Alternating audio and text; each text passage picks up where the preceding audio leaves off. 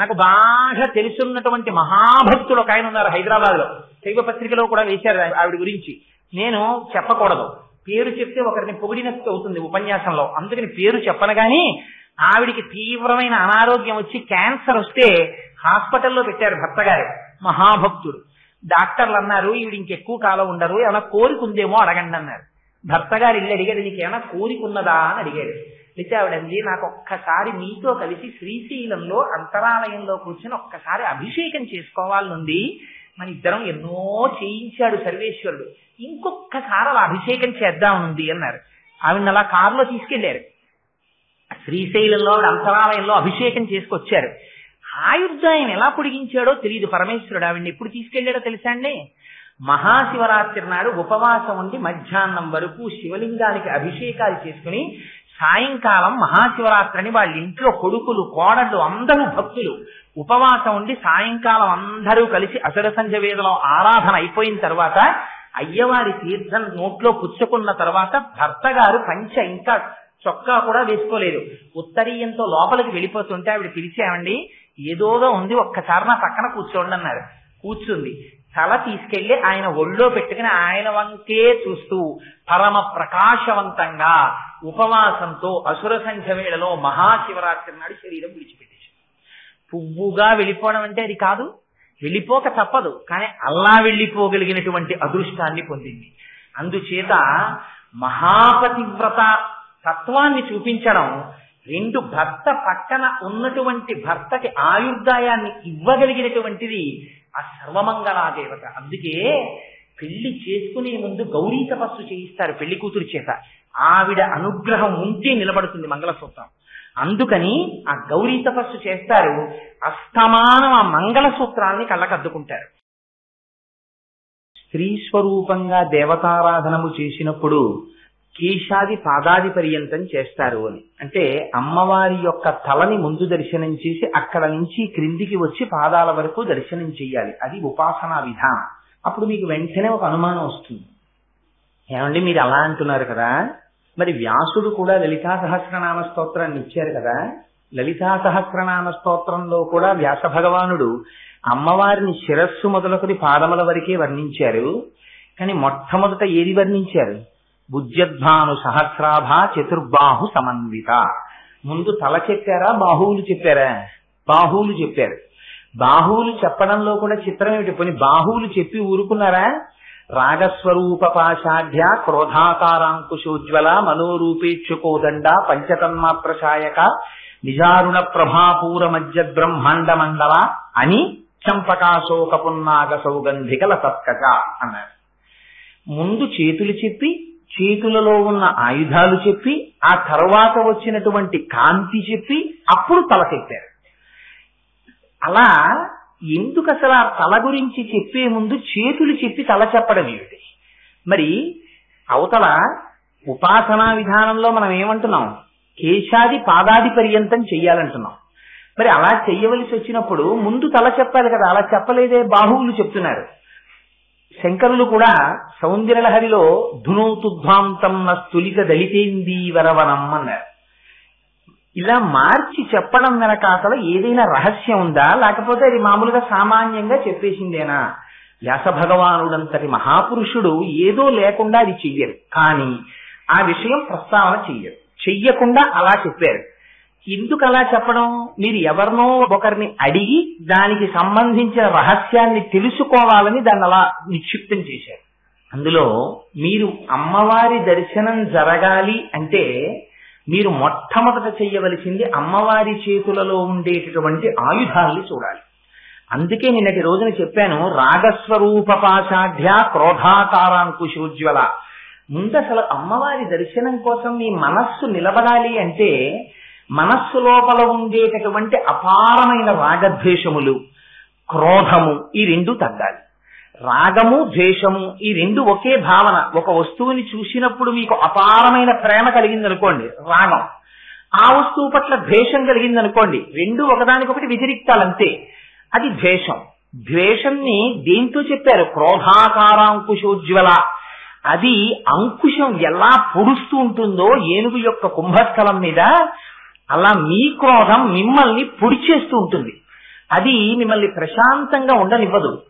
మనస్సుని తూట్లు పొడిచేసి మీరు ఎవరి మీద శత్రుత్వం పెట్టుకుని ఎవరి మీద క్రోధంతో ఉన్నారో ఆ వ్యక్తి మీ ఎదట ఉండడు. కానీ మీరు లోపల లోపల లోపల లోపల వాడిని తలుచుకుని ఆ క్రోధంతో రగిలిపోతుంటారు. ఆ రగిలిపోవడంలో ఏమైపోతుంది, మీ ఉపాసన భ్రష్టు పడుతుంది, మీరు మంచి విషయాలు మర్చిపోతారు, మీరు ఉద్వేగమునకు లోనవుతారు, మీరు ఎక్కువ తీవ్రంగా ఊపిరి తీస్తారు. ఆ ఊపిరిలు తీయడంలో అమ్మవారికి మరాళి మందగమన మహాలావణ్య సేవదిహి అని పేరు. పరమేశ్వరుడు ఆయుర్దాయాన్ని ఊపిరిల లెక్కలో ఇస్తాడు. ఇన్ని ఊపిరిలు అని ఉంటాయి.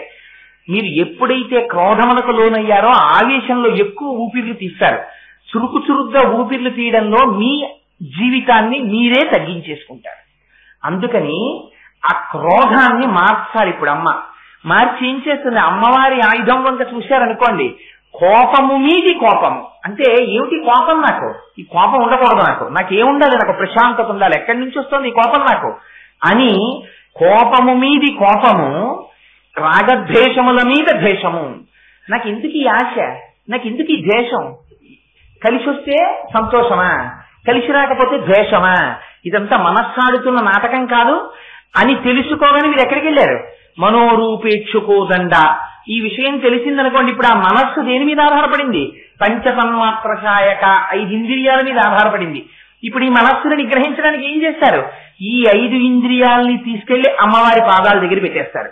పెట్టేసి ఇప్పటి వరకు బయట ప్రపంచంలో ఉన్న వస్తువుల్ని చూసి సంతోషించడానికి అలవాటు పడినటువంటి కన్నులు అమ్మవారి దర్శనం చేసి సంతోషించడంలో నిమగ్నం అవుతాయి. ఇప్పటి వరకు బయట పదార్థములన్నింటినీ తిని సంతోషించినటువంటి నాలుక అమ్మవారి ప్రసాదాన్ని నోట్లో వేసుకోవడంలో సంతోషిస్తుంది. ఇప్పటి వరకు బయట ప్రపంచాలన్నింటినీ ఆఘ్రానించి సంతోషించినటువంటి మనస్సు అమ్మవారి పాదముల మీద ఉన్న ఒక పుష్పము యొక్క సౌరభాన్ని వాసన చూడడంలో సంతోషిస్తుంది. ఇలా ఇంద్రియములన్నీ అమ్మవారి వైపుకి తిరుగుతాయి. అమ్మవారి వైపుకి తిరగగానే మీకు ఏది దర్శనం అవ్వాలి?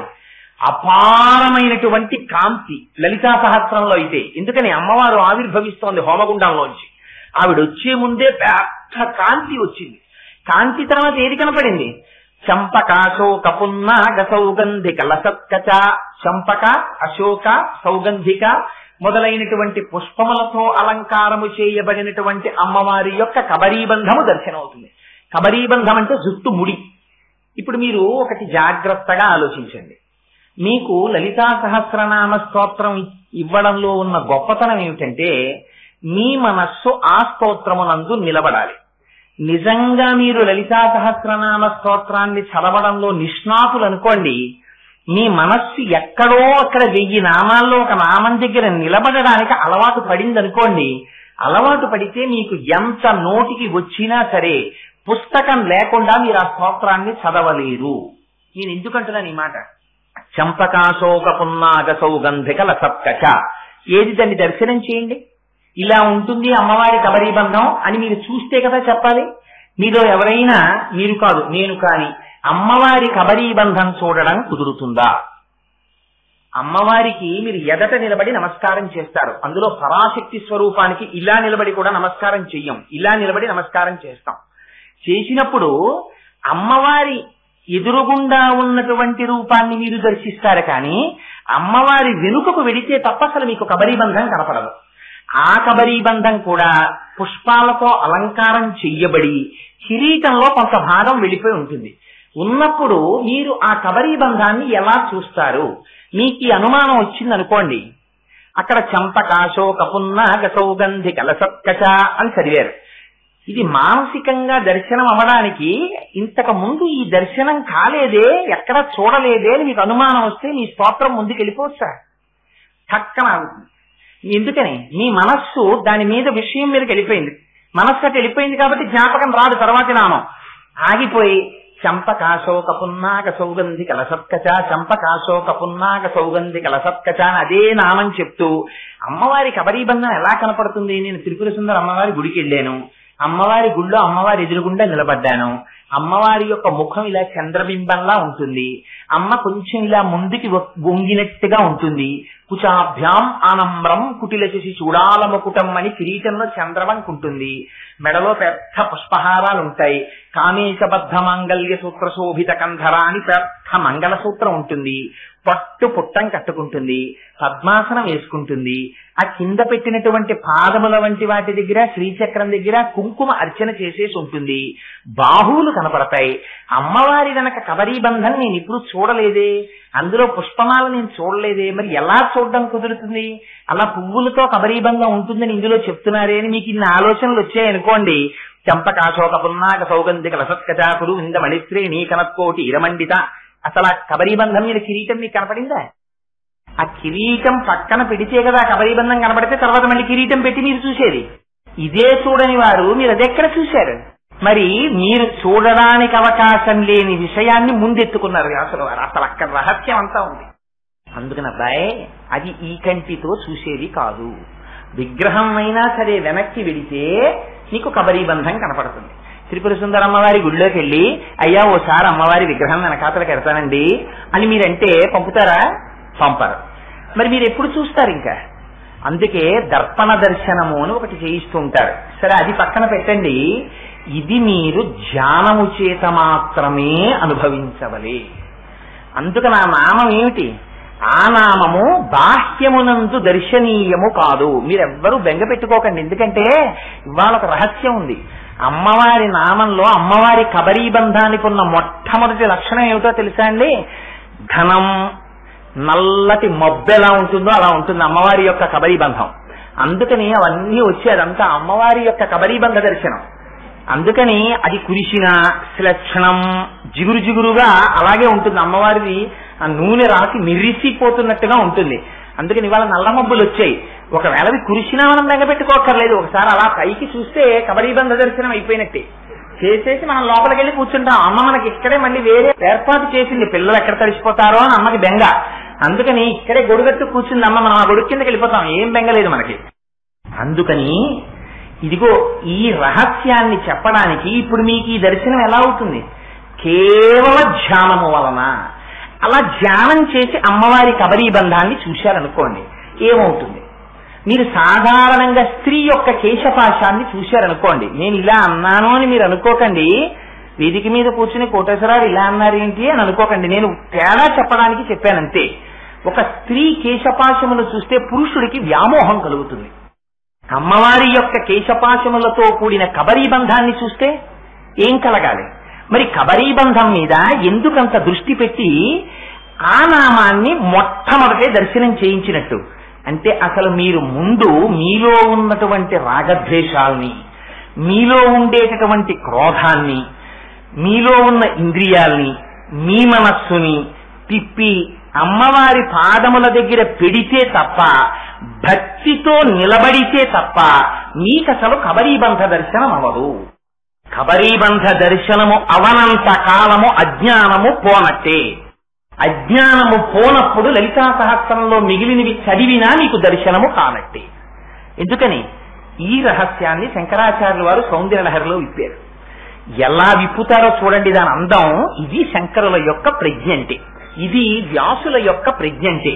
అందుకని ఆ వ్యాసుడు ఆ లలితా సహస్రంలో ఇచ్చిన నామంలో ఉన్న గుంభనమైన రహస్యాన్ని పుణికిపుచ్చుకుని శంకరులు సౌందర్యలహరిలో అంటారు, ధునోతుధ్వాంతం నలితదలితేందీవరవనం ఘన స్నిగ్ధశ్లక్షణం చికుర నికురంబం తవ శివే యదీయం సౌరభ్యం సహజముపలబ్ధం సుమనసో వసంతస్మిన్ మన్యే వలమధన వాటీ విటపినా.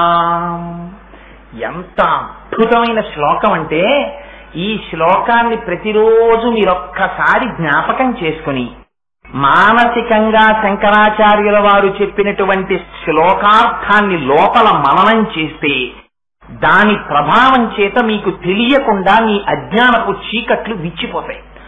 శంకరులు మొట్టమొదటే ప్రయోగించేశారు. వ్యాసులు చంపకాశోక పున్నాగ సౌగంధిక లసత్కచ అని వదిలేశారు. శంకరులు అన్నారు ధునోతుధ్వాంతం నః. ఆయన యొక్క జగత్తు మీద ఆయనకున్న కృప చూడండి. అందుకని వారు జగదాచార్యులయ్యారు. అజ్ఞానం శంకరాచార్యుల వారికి ఉందా అండి? శంకరులు రాశీభూతమైనటువంటి జ్ఞానము, రాశీభూతమైనటువంటి జ్ఞానమైన శంకరులు, అందున శంకరులు నడిచి వచ్చినటువంటి అమ్మవారి స్వరూపం. ఎందుకని పార్వతీ పరమేశ్వరుల ఇద్దరిలో పరమశివుడు నిర్గుణ బ్రహ్మమై ఉన్నప్పుడు ఆయన అసలు కదలడం, అమ్మవారితో కలిసి అమ్మవారు కదలిక తీసుకొస్తే కదులుతాడు. కదులుతున్న శంకరులంటే పార్వతీ పరమేశ్వరుల యొక్క కూడిన స్వరూపం అది. అటువంటి శంకరులకి అజ్ఞానం ఉంటుందా? ఉండదు. కానీ నహ అంటారు మాకు, అమ్మా ధునో ఉద్వాంతం చెదరగొట్టేయమ్మా అన్నారు. దీన్ని అజ్ఞానం అనేటటువంటి చీకటిని తొలగొట్టాలి. నువ్వు ఎలా తొలగొట్టాలి? ధునోతుద్వాంతం తులిత దళితేందీవరవనం, నల్ల కలువల తండమును ఒకదాన్ని ఊహించమన్నారు. అంటే మీరు ఏ రైల్లో ఉన్నా వెడుతున్నప్పుడు సాధారణంగా ఇలాంటి సన్నివేశాలు కనిపిస్తాయి. ఒకనాడు ఈ పట్టణానికి కోకనదము అని పేరుట, ఎర్ర తామర పూలతో నిండిపోయి ఉండేది కాబట్టి ఎక్కడ చూసినా. ఇవాళ అలా ఎక్కడా కనపడదు మీకు. అందుకని నల్ల కలువల తండం ఒకటి ఉందనుకోండి, అంటే మీరు ఈ ఒడ్డున నిలబడితే ఒక పెద్ద చెరువును ఒకదాన్ని ఊహించండి. ఆ చెరువులో ఎప్పుడైనా మీరు సామర్లకోట నుంచి కాకినాడ వస్తుంటే కాలవ నీటిలో గుర్రపు డెక్క మొక్క అని పెరిగిపోతుంది. పెరిగిపోతే ఇంకా కాలవ కనపడదు మీకు, గుర్రపు డెక్క మొక్కే నిండిపోతుంది. తెలియని వాడు ఇవన్నీ మొక్కలే, కింద నీళ్లు లేవనుకుంటాడు. అలా మీరు ఇక్కడి నుంచి చూస్తే మీ కంటికి కనపడినంత దూరాన్ని ఒక పెద్ద సరోవరాన్ని ఊహించండి. ఆ సరోవరం నిండా ఒకదాని పక్కన ఒకటి, ఒకదాని పక్కన ఒకటి, ఒకదాని రేకుల్లో ఒకటి రేకులు పెట్టేసుకుని అరవిలిసిపోయాయి అనుకోండి నల్ల కలువలు. ఇక్కడి నుంచి మీరు నిలబడి చూస్తే అన్ని నల్ల కలువలే. అలా చెరువంతా కనుచూపు ఇటు తిప్పి చూసినా అటు తిప్పి చూసినా నల్ల కలువలతో నిండిపోయి ఉందనుకోండి సరోవరం. అసలు ఆ నల్లటి కలువల్ని చూసేటప్పటికీ మీ కంటికి చల్లదనం కలుగుతుంది. ఎందుకని? ఆ నల్ల కలువకున్నటువంటి శక్తి అటువంటిది. ఇప్పటి వరకు మీ కన్ను రాగద్వేషములకు అలవాటు పడిపోయింది. ఇలా చూడగానే ఒకసారి ప్రీతి, ఒకసారి అప్రీతి, దీనికి అలవాటు పడింది ఈ కన్ను. ఈ కన్ను అమ్మవారి యొక్క జుట్టుని చూసేటప్పటికీ ఆ జుట్టు ఎలా ఉంటుందిట, అది పెద్ద నల్ల కలువల తండంలా ఉంటుందిట. అన్ని నల్ల కలువలు విరబూసేస్తే ఎలా ఉంటుందో అలా ఉందమ్మా నీ జుట్టు. అటువంటి జుట్టుని నేను చూస్తున్నాను. అయితే జుట్టు అనేటప్పటికీ మనకు ఒక అనుమానం వస్తుంది. అమ్మవారు చాలా పెద్ద అమ్మ కదండి. అమ్మల గన్నయమ్మ, ముగురమ్మల మూలపుటమ్మ, చాలా పెద్దమ్మ, సురారులమ్మ, కడుపారడి బుచ్చినయమ్మ, తన్నులు నమ్మిన వేల్పుటమ్మల మనంబున ఉండెడియమ్మ, దుర్గమాయమ్మ, కృపాబ్ధినిచ్చుట మహత్వ కవిత్వ పటుత్వ సంపదల్లని కదా పోతన గారు అన్నారు. వ్యాస భగవానుడు లలితా సహస్రనామ స్తోత్రంలో అమ్మవారిని పూర్వజ అని పిలిచాడమ్మ, అన్నింటికన్నా ముందు పుట్టిందానివి అన్నాడు. మరి అంత పెద్దది కదా అమ్మ, అంత పెద్దది కాబట్టి అమ్మ జుట్టు ఈ పాటికి తెల్లబడిపోయి ఉంటుంది కదా. అందుకని అమ్మ జుట్టు తెల్లగా ఉండాలి. కానీ మనకు వచ్చే వెంటనే అనుమానం ఎందుకని? మనం ఏది ఆలోచించినా ఇతపూర్వం మన మనస్సుకు ఉండేటటువంటి అనుభవంతోనే మనస్సు ఆలోచిస్తుంది. అందుకని వెంటనే అంటుంది నమ్మితి నామనంబుల సనాతనులైన ఉమామహేశ్వరులన్ అని కదా రుక్మిణీదేవి అంది. అంత సనాతనులైన ఉమామహేశ్వరులకి అమ్మవారి జుట్టు ఇప్పుడు నల్లగా ఉంటుందా? తెల్లగా అయిపోతుంది, పండు ముత్తైదులాగా. మరి అదేమిటండి శంకరాచార్యుల వారు నల్ల కలువల తండల్లా అంత నల్లటి జుట్టు ఉందంటారు. అలా ఎలా ఉంటుంది అమ్మవారికి? మీ మనస్సు వెంటనే ప్రశ్న వెయ్యాలి. ఈ ప్రశ్న వేసిందనుకోండి మీ మనస్సు అందులో నిలబడుతోందని గుర్తు. ఆ నిలబెట్టడానికి శంకరులు ఎంత ప్రయత్నం చేస్తున్నారో చూడండి. ధునోతుధ్వాంతం తులిత దళితేందీవరవనం. అమ్మా నల్ల కలువల తండం లాంటి జుట్టు. ఈయన నల్లగా ఉండడం ఏమిటండి మరి అంటే, అమ్మవారు సాక్షాత్తుగా పరాశక్తి స్వరూపం ఆ తల్లి. ఆ తల్లి మనలా కాలగతికి లొంగిపోయేటటువంటి స్వభావం ఉన్నది కాదు ఆవిడ. అందుకే ఆవిడ ఆ ఇద్దరిని సూర్యచంద్రులిద్దరిని తపనోడుపమండల వాళ్ళిద్దరిని చెవులకి ఆభరణముల కింద ధరిస్తుంది. సూర్యచంద్రులిద్దరూ అమ్మవారి చెవులకి ఆభరణములైతే మనందరం దేని వల్ల పడిపోతున్నాం? సూర్యుడు ఉదయించి సూర్యుడు అస్తమిస్తుంటే సమయం అయిపోతూ ఉంటుంది, రోజులు. మనం సంతోషపడిపోతుంటాం, అబ్బా సూర్యుడు ఉదయించాడు సూర్యుడు అస్తమించాడని. కానీ సూర్యోదయ సూర్యాస్తమయాల్లో మన ఆయుర్దాయాన్ని తినేస్తాడు పరమాత్మ. తినేస్తే మన శరీరములు పడిపోతాయి. కానీ అమ్మవారు అమ్మవారు ఆ సూర్యచంద్రులిద్దరూ అమ్మవారికి ఆభరణములుగా ఉన్నారు. అందున ఈ శ్లోకం చెప్పుకునేటప్పుడు వర్షం పడడం సాక్షాత్తుగా అమ్మవారు మన తల మీద అక్షతలు కురిపించినట్టు. అందుకని సంతోషంగా బయలుదేరండి చక్కగా. అందులో నల్లగా ఉన్న వస్తువుని మీరు చూసినప్పుడు కంటికి ఏమిటి అంత నల్లగా ఉంది అన్నట్టుండకూడదుట. అమ్మవారి జుత్తు ఎలా ఉంటుందిట? శ్లక్షణం అంటే మెరుపులు కింద చక్కటి నూనె రాశారనుకోండి, శ్లక్షణ. స్నిగ్ధం, స్నిగ్ధ అన్న మాటలోంచే స్నేహ అంటే మనస్సులో కలిసి ఉండడం. స్టికి అంట ఇంగ్లీష్ లో, ఒకదానికోటి అంటుకుని ఉండడం. అలా అమ్మవారి జుత్తుకి చక్కగా ఏదో అందమైన సువాసనతో కూడినటువంటి నూనె రాస్తే ఆ జుట్టు మిరిసిపోతూ ఎంత అందంగా ఉంటుందో, ఇలా ముట్టుకునేటప్పటికి ఎంత మెత్తగా ఉంటుందో. ఎవరైనా అమ్మవారి కబరీబంధం దగ్గరికి వెళ్లి అమ్మవారి జుట్టుని ఇలా ముట్టుకుని చూడగలరా అండి? చూడలేరు. మరి ఎందుకు శంకరాచార్యులు వారు ఇంత కష్టపడి ఆ మాటలే వేయడం? పెద్ద మాటలా? పెద్ద మాటలు వేసేస్తే వీళ్ళు మళ్ళీ రేపు పొద్దున్న శ్లోకం చదువుకోలేరు, పైకి మనస్సులో చెప్పుకోలేరు. చిన్ని మాటలు వెయ్యాలి, పెద్ద అర్థాలు ఉండాలి, వీళ్ళని కరింపజేసేయాలి. ఎంత తాపత్రయమో చూడండి ఆయనకి. అందుకని ఘన, స్నిగ్ధ అంటే మిరిసిపోతూ మెత్తగా, ఇలా ముట్టుకుంటే పువ్వు ఎలా ఉంటుందో అంతకన్నా సౌకుమార్యంగా శ్లక్షణం. పుని అంత జుట్టుందని ఆ జుట్టు స్త్రీ జుట్టు విరబోసుకుని ఎప్పుడూ కనపడకూడదు. స్త్రీ జుట్టు విరబోసుకుని ఇంట్లో కనపడిందా ఎక్కువసేపు, అది ఇంటికి ప్రమాదకారి.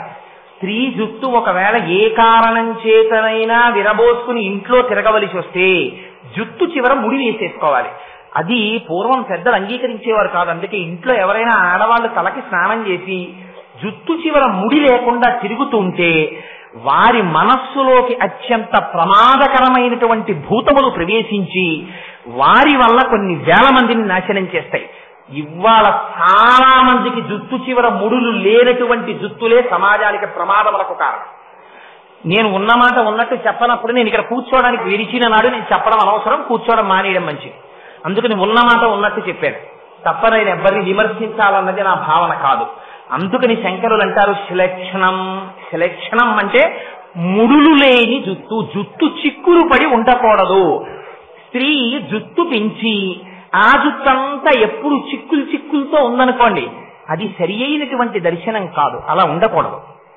జుట్టు చిక్కు ముడులు లేనిదై ఉండాలి. చిక్కు ముడి వేస్తుంది జుట్టుని. ఎంత అందంగా మాట్లాడేశారో చూడండి. శ్లక్షణం అంటే చిక్కుముడులు లేవు.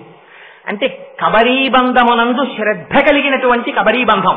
ఎందుకని ఆ కబరీబంధం ఎంత కాలం సోయగంగా ఉండి ఆ కబరీబంధమునకు పుష్పములు అలంకారము చేయబడ్డాయో అంతకాలము ఆ ఇంటిలో ఉన్న స్త్రీ సువాసిని అని గుర్తు.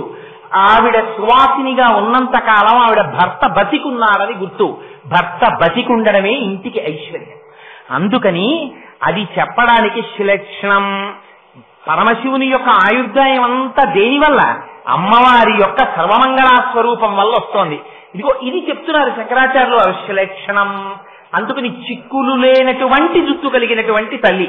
ఇదిగో రేపు మనం ఇలాంటి అమ్మవారిని ఇవాళ ఏ భావనతో ధ్యానం చేస్తున్నామో, ఇదిగో అటువంటి సువాసిని కనుక ఆవిడ సువాసిన్యస్యన ప్రీత. ఎవరికి సువాసినీత్వం ఉన్నదో ఆ సువాసినీత్వము అమ్మవారి అనుగ్రహం ఉన్నంతసేపు ఉన్నదని గుర్తు. అందుకని రేపటి రోజున నామములు చెప్పే వాళ్ళందరూ సువాసినులు మాత్రమే చెప్తారు. మగవాళ్లు చెప్దామనుకున్న వాళ్ళు చొక్కాలు తీసిన వాళ్ళు చెప్తారు. ఆడవాళ్లు చెప్పేవాళ్ళు సువాసినులు మాత్రం చెప్తారు. ఎందుకంటే సౌందర్యలహరికి అంతర్గతంగా చేస్తున్నటువంటి సువాసిని పూజ కనుక సువాసిన్యర్చన ప్రీత. కాని వారు చూస్తూ కూర్చోండి. అమ్మవారి చైతన్య కుసుమారాధ్య నేను ఇస్తాను అని మీకు నమ్మకం కలిగించడానికి వాళ్ళ ఆవిడ మొబ్బై కురిచేస్తోంది బయట. నన్ను నమ్మండి, నేను ఇలా కురుస్తాను మీకు అన్ని. అమ్మ అభయం ఇస్తోంది. అందుకని గుణోదుధ్వాంతం తులిత దళితేందీవరవనం ఘన స్నిగ్ధం శ్లక్షణం చికుర నికురంబం తవ శివే. అమ్మా నీ జుట్టుందే, ఆ కబరీ బంధం ఉందే, ఆ ముడి, ఆ ముడిని దర్శనం చేస్తుంటే అమ్మా మా మనస్సు పొంగిపోతోందమ్మా. లోపల ఉన్న అజ్ఞాన తిమిరములు ఎగిరిపోతున్నాయి. ఆ చీకటి నల్లటి జుట్టు చూస్తే చీకటి ఎలా పోతుందండి? అదే నేను ఇందాక చెప్పింది. మబ్బు వస్తే చీకటి పెరగాలి కానీ తాపం ఎలా తగ్గిందండి? అనుభవైక వైద్యంగా చూశాం. మీరు ధ్యానం చెయ్యండి అమ్మవారి కబరీబంధాన్ని, అమ్మవారి అనుగ్రహం ఏమిటో మీరు అనుభవిస్తారు. అది ధ్యానంలో మాత్రమే మీకు తెలుస్తుంది. అందుకని ఘన స్నిగ్ధశ్లక్షణం చికుర నికురంబం తవ శివే. అమ్మవారిని పిలవడంలో శంకరాచార్యుల వారి గొప్పతనం చూడండి. అమ్మా అని పిలిచేటప్పుడు అమ్మకి బోలెడన్ని పేర్లు ఉన్నాయి సహస్రనామంలో. ఆ పేర్లు పెట్టి పిలవకూడదా?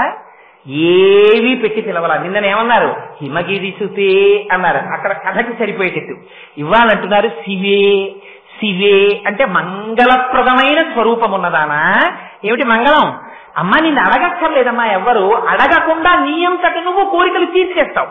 ఒక్కసారి ఏం చూడాలమ్మా? ఈ కబరీబంధాన్ని ఇలా దర్శనం చేస్తూ సంతోషంగా, అందులో మీరు సువాసినులు అయినటువంటి వారికి పువ్వులు ముడుచుకోవడం మరింత అలవాటు ఉంటుంది.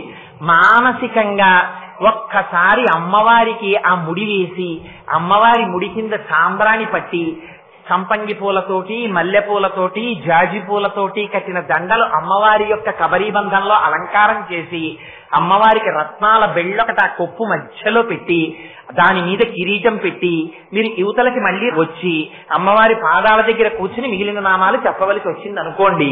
మీరు చంపకాశోక పున్నాగ సౌగంధి కలసత్కచ కురువిందమణి శ్రేణి కనత్కోటి ఇదమండిత అనగలరా? ఆగాలక్కడ. ఆగేం చెయ్యాలి? ఒక్కసారి అమ్మ కబరీబంధం చూడాలప్ప. ఎంత జుట్టో అని ఆ జుట్టు చేతుల్లోకి తీసుకుని మురిసిపోయి కళ్ళకద్దుకుని అది ముడేసి, ఇంత ముడైన తర్వాత అమ్మ నవ్వుతూ కూర్చుంటే, అమ్మా ఎంత ముడెమ్మా అని పక్క బంగారు పళ్ళెంలోంచి పువ్వుల దండలు తీసి అమ్మవారి కబరీబంధానికి అలంకారం చేసి పొంగిపోయి ఆ జుట్టుకి తడి లేకుండా కింద ఒక్కసారి సాంబ్రాణి పట్టి, ఇక్కడ అసలు గమ్మత్తు వస్తోంది చూసారా? ధ్యానంలో రకరకాలు రావడానికి కారణం శంకరులు వెంటనే ఒక మళ్ళీ మాట అన్నారు. ఏమిటా మాట? అసలు నిజంగా నీకు అనుమానం వస్తుంది రాలా విడితే అన్నారు. ఇది ధ్యానపరమైన శ్లోకము అని. మీరు ఈ ఒక్క శ్లోకం చాలండి, ఉద్ధరించేస్తుంది. ఎందుకంటే ఇందులో పాదం దాటి పాదంలో కెడుతుంటే ఎన్ని రహస్యాలు చెప్తారో చూడండి శంకరాచార్యులు వారు. మీరు పువ్వులు పట్టుకుని ఇంకా లోపలికి వెళ్ళలేదు అసలు పూజా మందిరంలోకి. పువ్వులు ఇంకా తెచ్చుకోవాలి. అమ్మవారి కొప్పు ముడి వేసి చూస్తున్నారు. అమ్మవారి కొప్పు ముడి చూస్తుంటేట ఘన స్నిగ్ధ శ్లక్షణం చికుర నికురంబం తవ శివే. శివే ఓ పరమశివుని ఇల్లాలా, అమ్మా మంగళప్రదమైన స్వరూపమున్నదానా, అవ్యాజ కరుణామూర్తి, యదీయం సౌరభ్యం సహజముపలబ్ధం. అమ్మా నీ కబరీబంధంలోంచి సువాసన వస్తోందమ్మా అన్నారు. ఎప్పుడు రావాలి సువాసన? ఎక్కడి నుంచి వస్తుంది? పువ్వులు పట్టుకొస్తేనే సువాసన వస్తుంది, లేకపోతే అగరత్తు వెలిగిస్తే వస్తుంది. అసలు ముందు పుష్పాలతో మీరు పూజ చేయకుండా ధూపం వేస్తారా? పుష్పాలతో పూజ చేశాక ధూపం వేస్తారు. పుష్పాలు తీసుకొచ్చి ఇంకా మీరు అలంకారం చేశారా కొప్పులో? చెయ్యలేదు. మీరు మానసికంగా వెళ్ళినా అంతే దాని అర్థం. ఆ కొప్పులోంచి సువాసన వచ్చేస్తోంది. ఇదేమిటమ్మా? సహజముపలబ్ధం. పైగా అమ్మ చిత్రం ఏమిటో తెలుసా? ఇంతకు ముందు నువ్వు పువ్వులు పెట్టుకుని పెట్టుకుని పెట్టుకుని పెట్టుకుని రకరకాల పువ్వులన్నీ పెట్టుకోవడం వల్ల ఆ కొప్పుకి సువాసన వస్తోంది అనుకుందామంటే, అమ్మా ఇది పువ్వులు పెట్టుకోవడం వల్ల వస్తున్న సువాసన కాదు, ఆ జుట్టుకి సహజంగా సువాసన ఉంది. అది విచిత్రం. ఇది నక్కీరుడు నమ్మలేదు. పరమశివుడు రాసిచ్చాడు శ్లోకం, పార్వతీదేవి యొక్క కేశపాశమునకు సహజ సుగంధం ఉన్నది అని. అదేమిటయా జుట్టుకి సువాసన ఎక్కడ ఉంటుంది? నేను నమ్మనన్నాడు. నువ్వు వెళ్ళి చెప్పరా ఈ మాట అన్నారు పరమశివుడు రాజ్యసభలో. నేను చెప్పను, నేను నమ్మని, ఎలా ఉంటుంది సువాసన అన్నాడు. నీకు అనారోగ్యం వస్తుందన్నాడు. ఆయనకి అనారోగ్యం వచ్చి శుష్కించిపోయాడు. అప్పుడు మళ్ళీ పెద్ద గ్రంథం ఒకటి రాశాడు. రాసి అమ్మవారిని అయ్యవారిని ఉద్దేశించి స్తోత్రం చేశాడు. మళ్ళీ ఆరోగ్యం వచ్చింది. అందుకని సహజముపలబ్ధం సుమనత. అక్కడ అమ్మా నీ కబరీబంధానికి సహజమైనటువంటి సువాసన ఉంది. ఎటువంటి సువాసనో తెలుసా అన్నది? వసంతస్మిన్ మన్యే వలమధన వాటి విటపినాం. అదిగో దేవేంద్రుడున్నాడే, ఆ దేవేంద్రుడి యొక్క తోటలో ఉద్యానవనంలో కల్పవృక్షం ఉంది. ఆ కల్పవృక్షానికి పువ్వులు పూస్తాయి. అందరూ కల్పవృక్షం దగ్గరికి వెళ్ళి మాకు కల్పవృక్షం పువ్వు దొరికితే బాగుండు, తల్లో పెట్టుకుందాం అనుకుంటారు. ఆడవాళ్ళందరూ పువ్వులు వంక చూస్తారు. చూసి ఏమనుకుంటారు? ఇది 5వ తనానికి గుర్తు, మేము సువాసినులం కదా, ఈ పువ్వు మేం కబరీబంధంలో పెట్టుకుంటాము అనుకుంటారు. కానిట కల్పవృక్షానికి పూసిన పువ్వులు అమ్మవారిని చూసి అనుకుంటాయిట, అబ్బా అమ్మవారు తీసుకెళ్లి మమ్మల్ని కొప్పులో పెట్టుకుంటే బాగుండు, అంత సువాసన కొప్పుకి ఎలా వస్తోందో మేం కనిపెట్టాలి అనుకుంటాయిట. ఇదమ్మా చిత్రం. సామాన్యమైన స్త్రీకి ఉండే కబరీబంధానికి నీ కబరీబంధానికి ఇది తేడా అమ్మా అన్నారు. ఎంత విచిత్రం! కల్పవృక్షానికి పూసినటువంటి పువ్వులు అమ్మవారి కొప్పులోకి వెళ్లి కూర్చుని అమ్మవారి కొప్పు నుంచి వచ్చేటటువంటి సువాసనలు తీర్చాలనుకుంటాయిట. ఇందులో రహస్యం ఏమిటో తెలుసా అండి? శాస్త్రోక్తంగా అమ్మవారి యొక్క ప్రాణప్రతిష్ఠ చేసి పూజ చేయబడినది అని గుర్తు ఏమిటో తెలుసా? అపారమైనటువంటి సుగంధం వస్తుంది. ఎక్కడా లేనటువంటి చిత్ర విచిత్రమైన పుష్పజాతుల నుంచి వచ్చేటటువంటి సువాసన ఏది ఉన్నదో, మరునాడు మీరు నిర్మాల్యం తీయడం కోసం పూజామందిరం తలుపులు తీసి లోపలికెడితే అరవిరిసినటువంటి చంపక, అశోక, పున్నాగ, సౌగంధికములను పూజ చేస్తే ఎటువంటి సువాసనలు వస్తాయో అటువంటి సువాసనలు పూజామందిరంలోంచి వస్తాయి. అవి ఎక్కడి నుంచి వస్తాయి? అమ్మవారి యొక్క కబరీబంధంలోంచి వస్తాయి. ఎవరైనా ఈ శ్లోకం వింటున్నప్పుడు వాళ్ళ మనస్సు నిలబడింది అనుకోండి, అమ్మవారి కబరీబంధాన్ని మానసికంగా ఒక్కసారి దర్శనం చేశారనుకోండి, ఆ పువ్వులు కనపడినా, కబరీబంధం కనపడినా, ఆ జుట్టు కనపడినా, వాటి మెత్తతనం కనపడినా, వాటికి ఉన్న సువాసన మనస్సులో ఆఘ్రానించినా, దేవేంద్రుడి కల్పవృక్షానికి పూసిన పువ్వులు కూడా అందులో చేరడానికి చేసేటటువంటి ప్రయత్నాన్ని మనస్సులో ఊహించి, మా ఇంత గొప్ప కబరీబంధమా అని మనస్సులో అనుకున్నా తక్షణ ఫలితం ఏమిటో తెలుసా అండి? వచ్చిన మబ్బు కురిచేసినట్టు ధునో తుధ్వాంతం, అజ్ఞానం విరిగిపోతుంది, తీసేస్తుందంటే అమ్మ వారి మనస్సు భక్తి వైపుకి తిరిగిపోతుంది. ఇదిగో అలా చెయ్యగలిగిన అపారమైన శక్తి అమ్మవారి కబరీబంధానికి ఉంది. ఈ కబరీబంధం మనం మూర్తికి ముందు నిలబడి చూడలేం కనుక, దర్శనం చేసిన వారు కనుక శంకర భగవత్పాదులు, నేను దర్శనం చేసి దాచుకుంటే అది ఈ జాతికి ఎలా అందుతుంది శ్లోకం రాశారనుకోండి, మీరు ఆ శ్లోకం ఎన్ని మాటలు చెప్పండి, ఇది శంకరులు దర్శనం చేసిన స్థితి అని వస్తుంది ఆ శ్లోకానికి అర్థం. అలా అంటే వీళ్ళకి ఎలా పోతుంది అజ్ఞానం? అజ్ఞానం పోవాలని కోరుకున్నవాడు ఏమండి మబ్బొచ్చి మా ఇంటి పెరట్లో నూతులోనే కురిస్తే బాగుండి అనకూడదు. అంతకన్నా దారుణం ఇంకొకటి లేదు. మబ్బొచ్చి కురిస్తే ఎలా కురవాలి? మా ఊరంతా కురవాలి, మా దేశమంతా మబ్బులు కురవాలనాలి. అంతేకాని మబ్బు మా ఇంటి పెరట్లో నూతిలోనే కురవాలనం కదా. అందుకని అమ్మవారి కబరీబంధ దర్శనం అయిన నాడు ఏం కోరుకోవాలి? తను తన మాటలతో చెప్పడం చేత మానసిక దర్శనం చేసినటువంటి సమస్త లోకములకు అజ్ఞానము పోవాలని తాను కోరుకోవాలి. మబ్బు తన ఇంట్లో కురవకూడదు, అంతటా కురవాలని కోరినట్టు ధునో తుధ్వాంతం, అంతటా అజ్ఞానం పోవాలనాలి. అందుకని శంకరులు చూడండి, ధునో తుధ్వాంతం మా అందరికీ. ఏం శంకరులు ఒక్కరూ పెట్టుకోలేరా పేరు? పెట్టుకోరు. ఇది జగదాచార్యుల యొక్క కృప. మీరు ఎన్ని మాటలు శిరస్సు ఉంచి శంకరాచార్యులు వారికి నమస్కరిస్తే మీరు వారి రుణం తీర్చుకోగలుగుతారు. ఇది శంకరుల యొక్క అపారమైన ప్రజ్ఞాస్వరూపం ఈ శ్లోకం. అందుకని అంత గొప్ప శ్లోకాన్ని మనకి శంకరులు అందించారు సౌందర్యలహరిలో. సరే, ఇంకొకసారి ఆ శ్లోకాన్ని అంటాను. ఇవాళ నాకు భారం అంతా ఎక్కడ తగ్గిపోయిందంటే, 1-10 మాటలు నేను అమ్మవారికి కృతజ్ఞతలు చెప్పుకుంటున్నాను. ఆ మబ్బు వచ్చి కురియడంలో తగ్గిపోయింది నాకు. నేను ఇంత వివరణ చెయ్యక్కర్లేకుండా అయిపోయింది. అందుకని ధునో తుధ్వాంతం స్తులిత దళితేందీవరవనం ఘన స్నిగ్ధశ్లక్షణం చికుర నికురంబం తవ శివే యదీయం సౌరభ్యం సహజముపలబ్ధం సుమనసో వసం తస్మిన్ మన్యే బలమధన వాటి విటపినాం.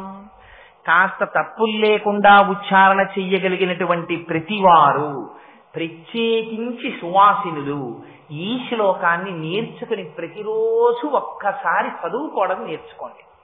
నేర్చుకున్నారా? అమ్మవారి కబరీబంధాన్ని, ఆ పువ్వుల్ని చూశారా? జన్మ జన్మలకు యోగ్యుడైనటువంటి భర్త లభించి తరగని ఐదోతనంతో భర్త చేతులలో వెళ్ళిపోయేటటువంటి అదృష్టాన్ని పొందుతారు. అందుచేత అంత పరమోత్కృష్టమైన శ్లోకం. సరే, శంకరులు ఈ శ్లోకంలో చేసినటువంటి గొప్ప ప్రయోగాన్ని విన్నారు. ఇంకొక శ్లోకం, ఆ శ్లోకంలో శంకరాచార్యులు వారు అంటారు, ఒక్కొక్క శ్లోకంలో ఒక్కొక్క ప్రయోగం చేశారని. అందుకే దానికి సౌందర్య లహరి. లహరి అంటే నీటి బుగ్గ పైకి తన్నినట్టు తన్నింది శంకరాచార్యుల వారిలోంచి. తప్ప అది ఎక్కడో కూర్చుని ఆలోచించి ఇది ఎలా రాద్దాం అది ఎలా రాద్దామని రాసింది కాదు. వారు చేసిన దర్శనాల్ని తీసుకొచ్చి మనకు అందించారు.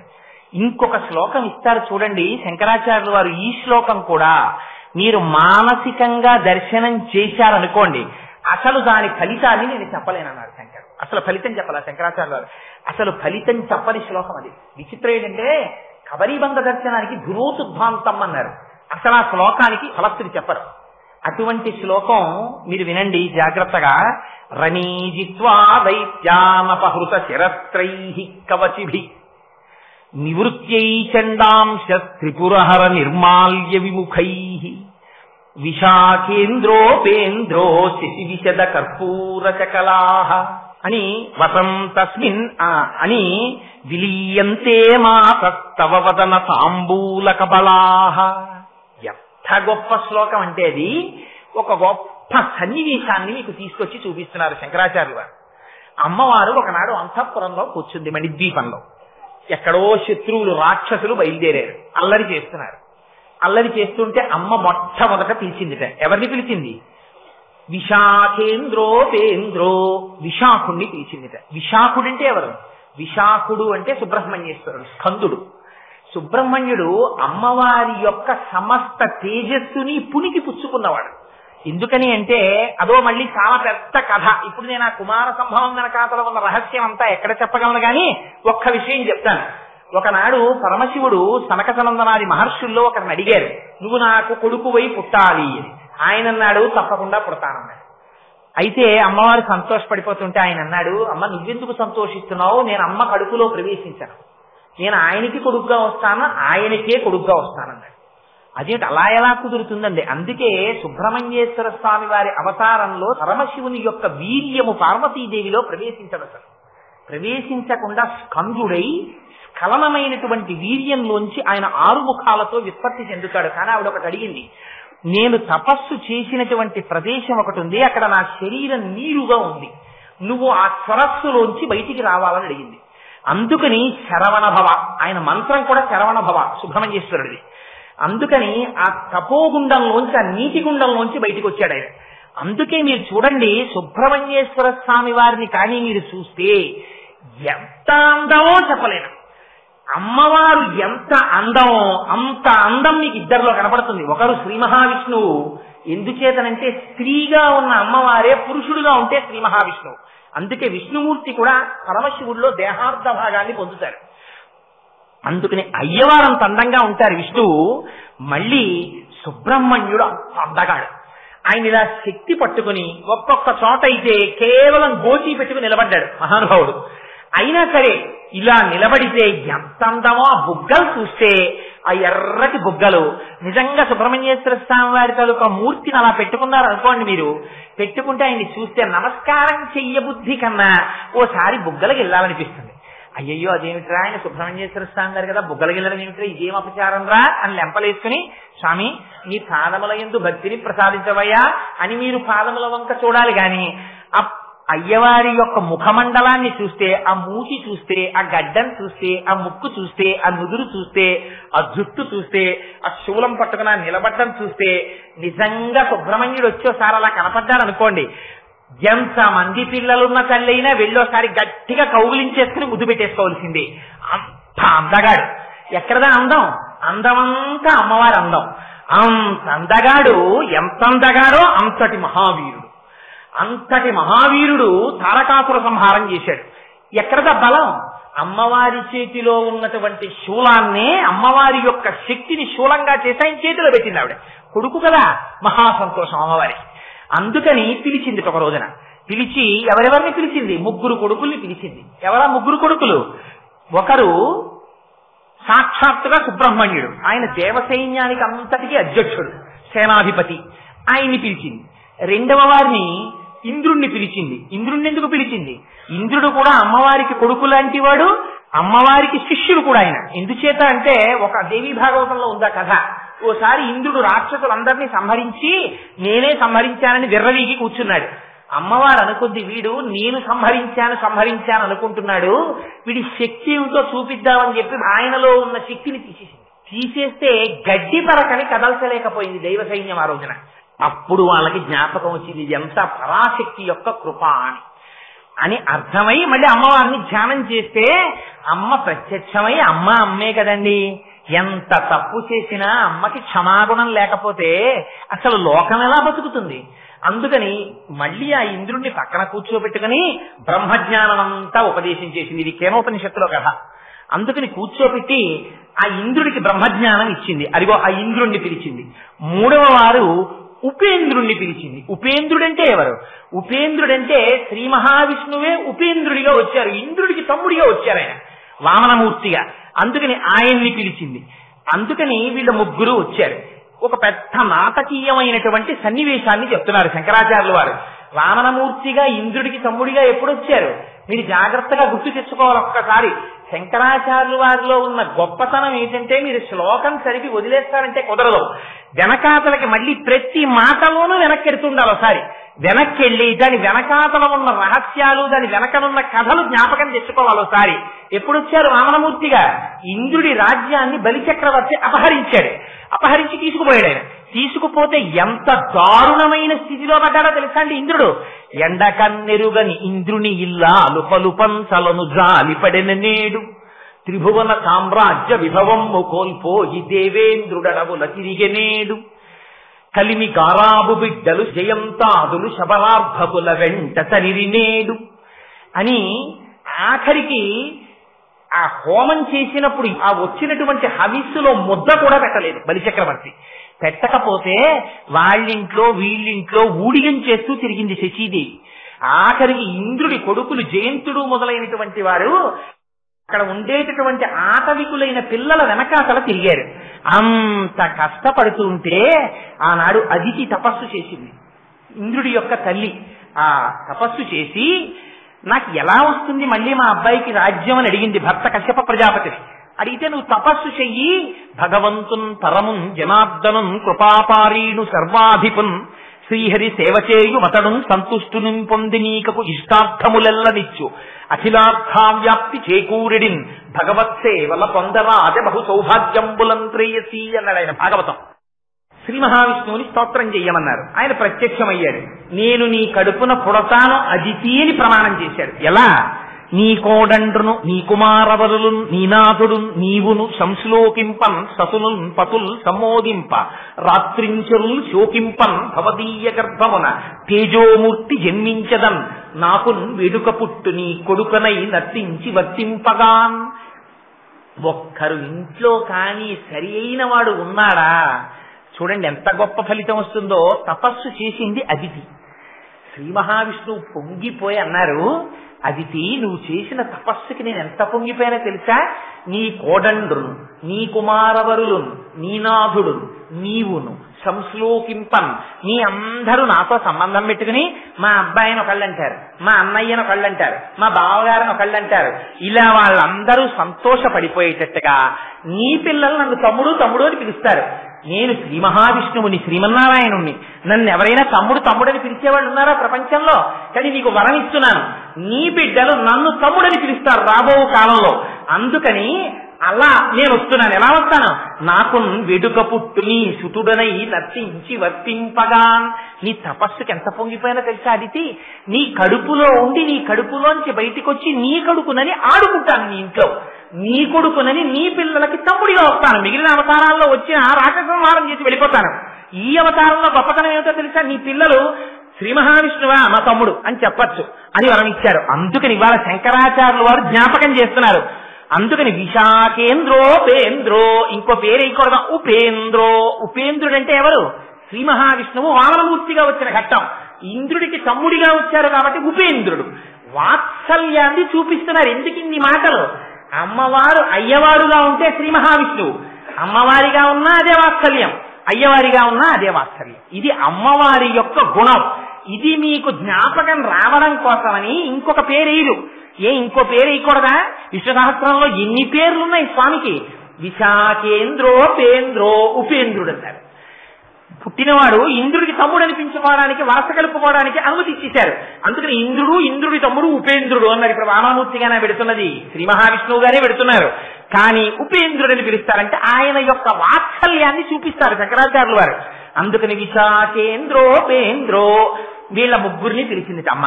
పిలిచి, అబ్బాయి బయట రాక్షసులు వీరవిహారం చేస్తున్నారా, మీరు వెళ్ళి ఆ రాక్షసుల్ని సంహరించండి అని. అమ్మవారు శక్తినిస్తే వాళ్ళకి పరిగెత్తుకుంటూ వెళ్ళారు. వాళ్ళు యుద్ధానికి వెళ్ళారు. ఆ వచ్చినటువంటి రాక్షసులందరినీ ఏదో సంహరించేశారు. సంహరించేసి వాళ్ళు ముగ్గురు ఆ విజయవార్త పట్టుకుని పరిగెత్తుకుంటూ అంతఃపురానికి వచ్చారు, మణిద్వీపానికి.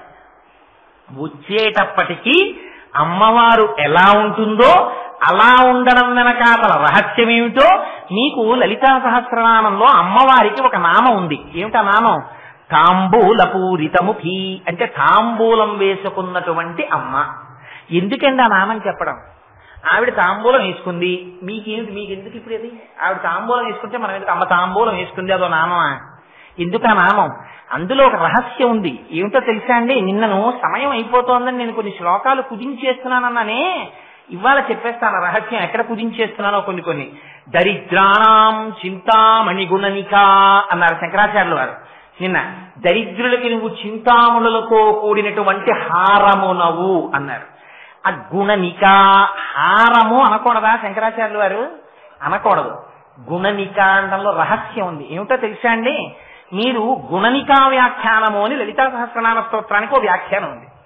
మీరు ఈ గు నా ని క వీటిని గూని గా, నీని నా, నీని నా, కాని క కిందుంచి ఈ అక్షరాలని అంకెల్లోకి మార్చేస్తారు. అదొక సాంప్రదాయం. ఈ అక్షరాలని మీరు అంకెల్లోకి మార్చేశారనుకోండి, గా 5 అయిపోతుంది, నా 3 అయిపోతుంది, నా 0 అయిపోతుంది, కా 1 అయిపోతుంది. అంకానం వామతో గతి. అంకెగా చెప్పేటప్పుడు మళ్ళీ అక్షరాన్ని అంకెగా చెప్తే అచ్చించుకు తిరగేయాలి అంటల్లా మీరు. మరి అష్టోత్తర శతనామం అంటున్నారు. అష్టోత్తర అన్నప్పుడు ముందు 8, శత అంటే అటువైపుకి 100 చెప్పినప్పుడు 100 ఇటేసి 8 అటేసి 108 అంటల్లా.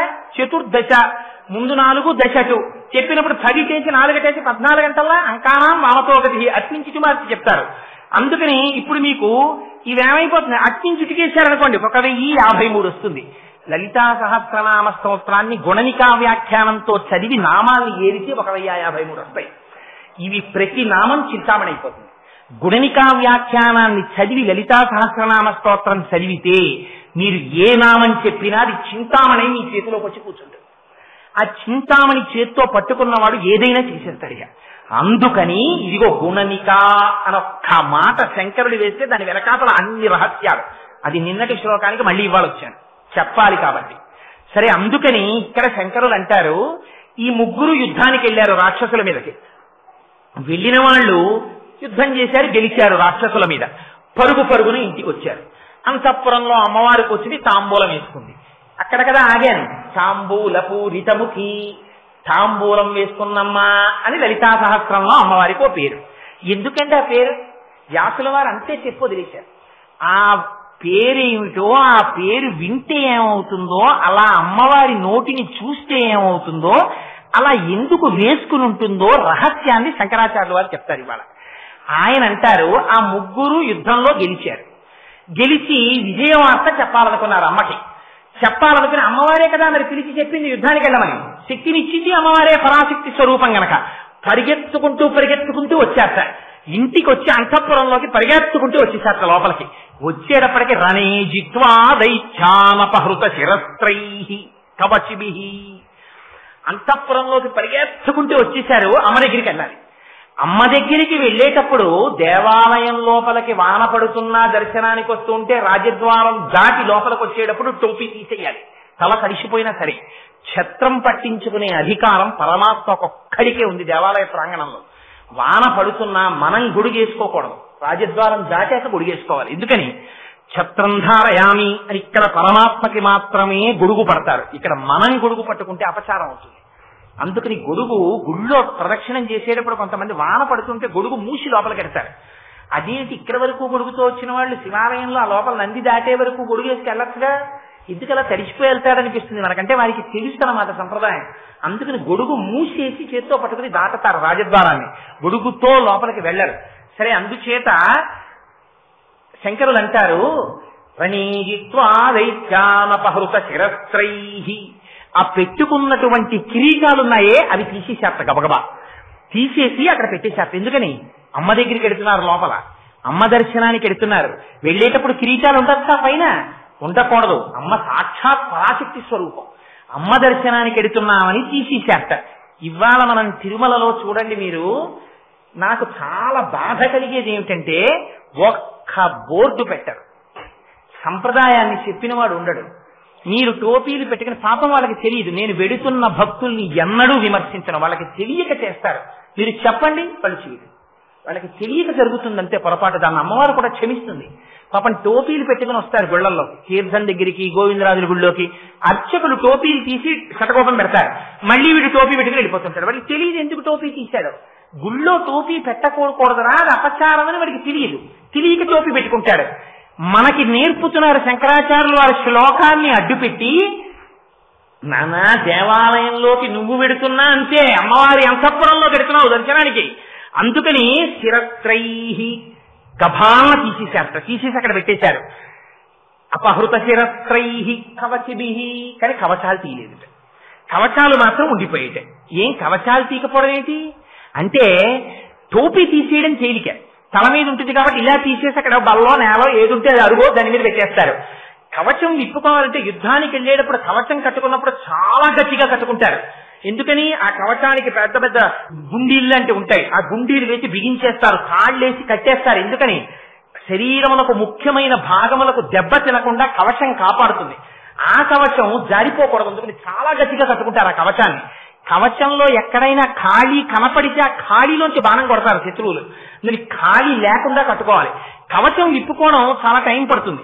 ఆ తాళ్ళు ఇప్పుకోవాలి, కప్పెట్లు ఇప్పుకోవాలి, గుండీలు ఇప్పుకోవాలి, ఆ పెట్టుకున్న మేకులు ఇప్పుకోవాలి. అవన్నీ విప్పి కవచం తీసి పక్కన పెట్టాలి. వీళ్ళు లోపల ఎంత సంతోషంగా ఉన్నారంటే అమ్మ దగ్గరికి వెళ్ళిపోయి చెప్పాలి, అమ్మ అమ్మ అమ్మ గెలిచేసామమ్మా, వచ్చేసామమ్మా అని చెప్పాలి.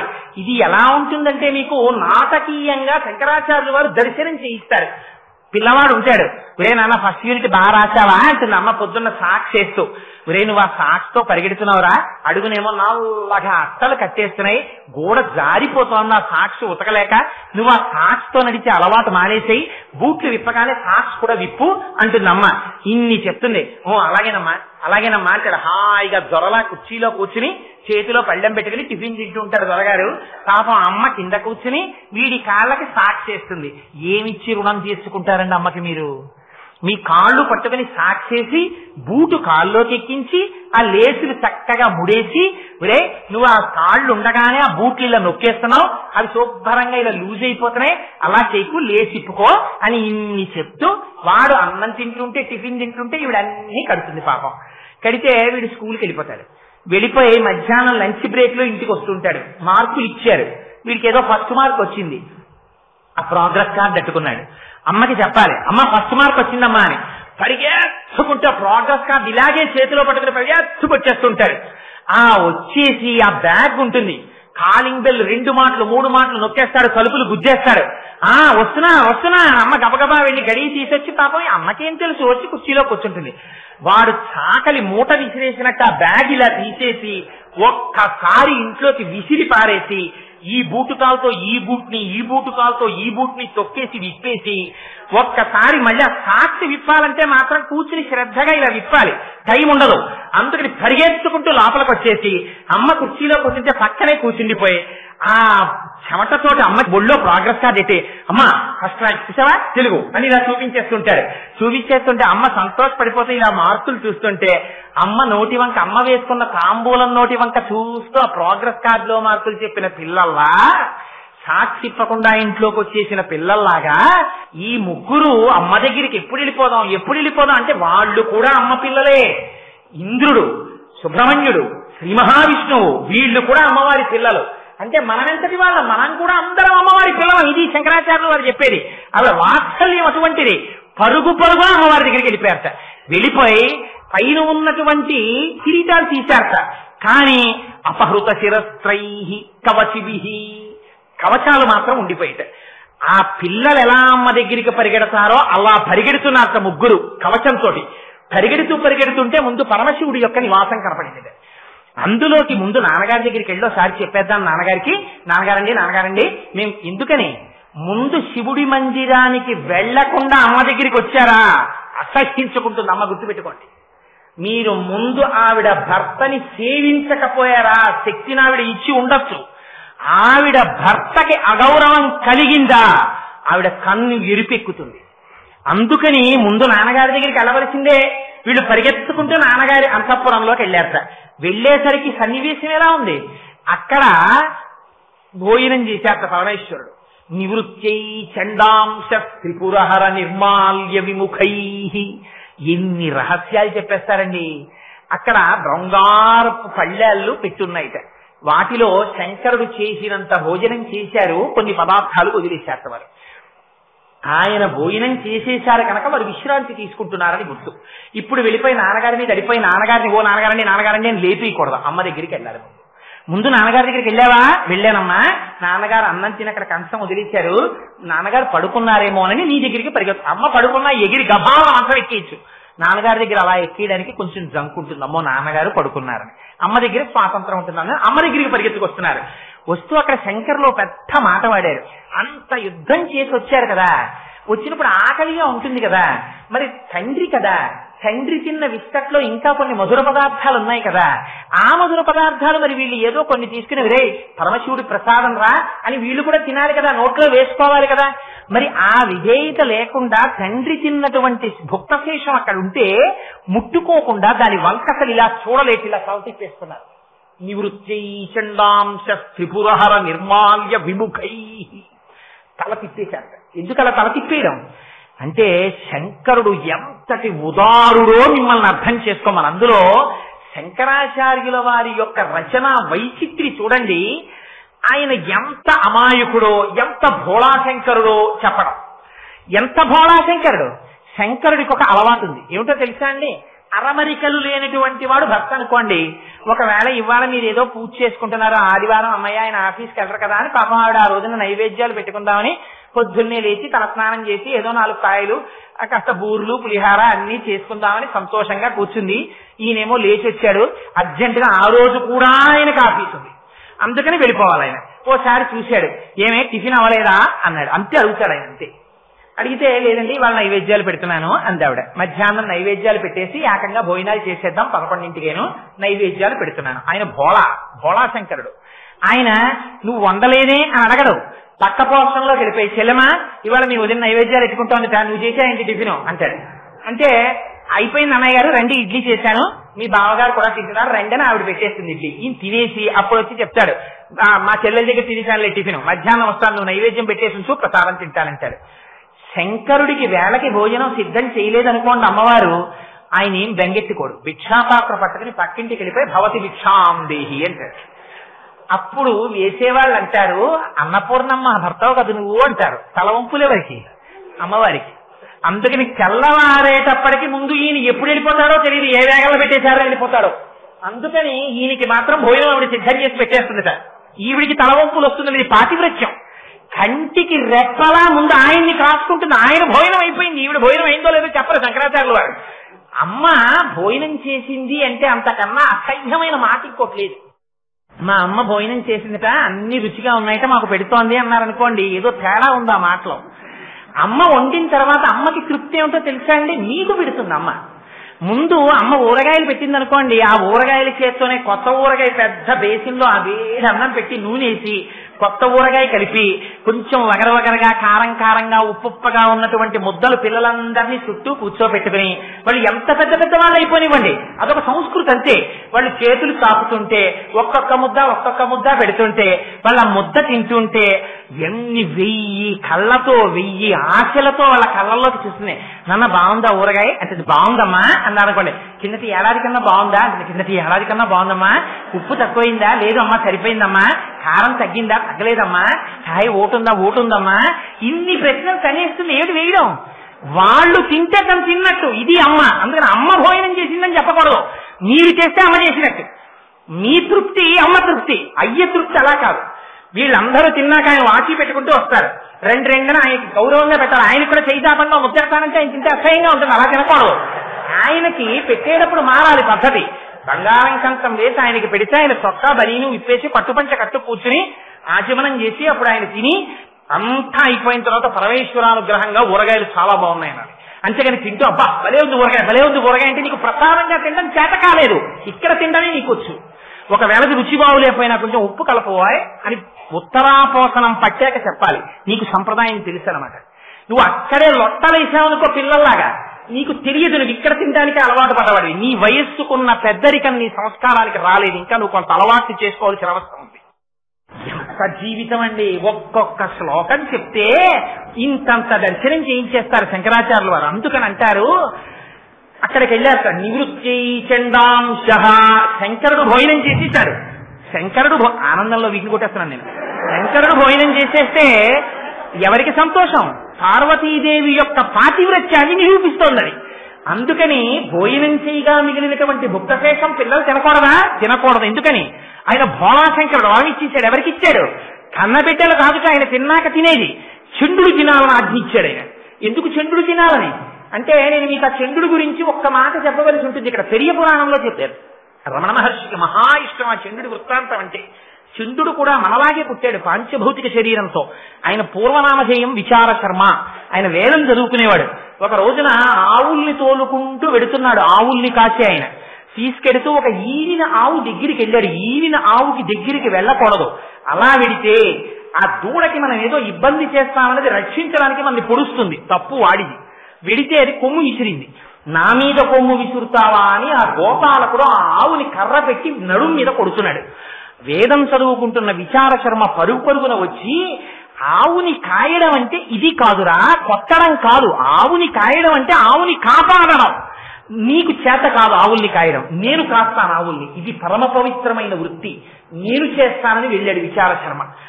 అంత వేదం చదువుకున్నవాడేమో, జగత్తునందు ఏ వస్తువుని ఎలా చూడాలో తెలుసున్నవాడేమో, ఆయన ఆవుల్ని ముట్టుకునేటప్పటికీ అవి అమృతం కింద పాలు పట్టేసేవిట. లోపల పట్టి వెళ్ళిలా పొదుగు ముట్టుకుంటే చాలట చెంబుడు పాలిచ్చే ఆవులు 4 బిందెల పాలిచ్చేయడం మొదలెట్టే. వాటికి అలా ఇంటికెళ్ళి యజమానులకు పాలిచ్చే తృప్తి పోయిందిట కొన్నాళ్ళకి. మనం యజమానులకు ఇవ్వడం ఏమిటి? మహానుభావుడు మనని పోషిస్తున్నవాడు విచార శర్మ. ఆయన ఏం చేసేవాడు? ఆవులన్నింటినీ వదిలి వేదం పన్నాలన్నీ ఆమ్మాయం చేసుకుంటూ పైకి అవన్నీ చెప్పుకుంటూ కూర్చునేవాడు. ఆ వేదం వింటూ ఉండేవి ఆవులు. అందుకని ఈయనకి పాలిద్దాం అనుకున్నాయిట. ఈయన అడిగినా అడగకపోయినా ఆవులు పక్కకొచ్చి పాలు వదిలేస్తుండేవిట. ఉత్తినే వదిలేస్తున్నాయి కదా అని ఆయన ఏం చేసేవాడంటే కుండలు తెచ్చి కింద పెట్టేవాడు. అలా కుండలు నిండిపోయి పాలు అయ్యేవి. ఆ పాలు తను తాగేవాడు కాదు విచార శర్మ. వెంటనే ఆ పక్కనున్న ఏటిలో స్నానం చేసి ఇసుకతో గుడి కట్టేవాడు. అందులో ఓ ఇసుకలింగం తయారు చేసేవాడు. ఈ కుండలలో పాలు తీసి ఒక్కొక్క పాత్రతో పాలు పట్టుకుని, నమస్తే అస్తు భగవన్ విశ్వేశ్వరాయ మహాదేవాయ త్రయంబకాయ త్రిపురాంతకాయ త్రికాగ్నికాలాయ కాలాగ్నిరుద్రాయ నీలకంఠాయ మృత్యుంజయాయ సర్వేశ్వరాయ సదాశివాయ శ్రీమన్మహాదేవాయ నమః అంటూ అభిషేకం చేసేవాడు. ఇక్కడ అభిషేకం పూర్తయ్యేది అసుర సంఖ్య వేళ అయ్యేది. ఈయన ఆవుల్ని పట్టుకుని ఇంటికి వెళ్ళిపోయేవాడు. వెళ్ళిపోతుంటే ఒక రోజున అటుగా ఒక వ్యక్తి వెళ్ళిపోతూ చూశాడు. చూస్తే ఈ పాలన్నీ పిల్లవాడు వాడు చూసేటప్పటికి ఇసుకలో పోసేస్తున్నట్టు కనపడింది ఆయనకి. ఆయన వెళ్లి ఊళ్ళో చెప్పాడు, మీ ఆవులు ఇంకా పాలిస్తాయి, ఆ విచార శర్మ పాలు తీసి ఇసుకలో పోసేస్తున్నాడు మధ్యాహ్నం పూట్ల అని. విచార శర్మ తండ్రిని పిలిచారు. యచ్చన దత్తుడు అని పేరు ఆయనకి. ఆయన్ని పిలిచి, నీ కొడుకు ఆవుల పాలు ఇసుకలో పోసేస్తున్నాడు, అందుకని నీ కుమారుణ్ణి మందలించమన్నారు. ఆ తండ్రి నిజంగా పిల్లవాడు మధ్యాహ్నం పాలు కుండలతో తీసి ఇసుకలో ఎందుకు పోస్తున్నాడో చూడడం కోసమని రహస్యంగా వచ్చి ఒక చెట్టుకి దాంట్లో కూర్చున్నాడు. మధ్యాహ్నం అయ్యేటప్పటికి ఆవులు పాలిచ్చాయి. ఆ పాలు తీసి పిల్లవాడు గుడి కట్టి ఆ ఇసుకలింగానికి పూజ చేస్తున్నాడు. ఇది చూశాడు తండ్రి. మహాగ్రహం వచ్చి, నిజమే వీడు పాలు ఇలా పోసేస్తున్నాడు కింద. ఆయన అభిషేకం అనుకోలేదు, ఈయన అంతర్ముఖుడైపోయి ఉన్నాడు కొడుకు. వచ్చి ఆ పిల్లవాడిని కర్ర తీసుకుని విపరీతంగా కొట్టాడు.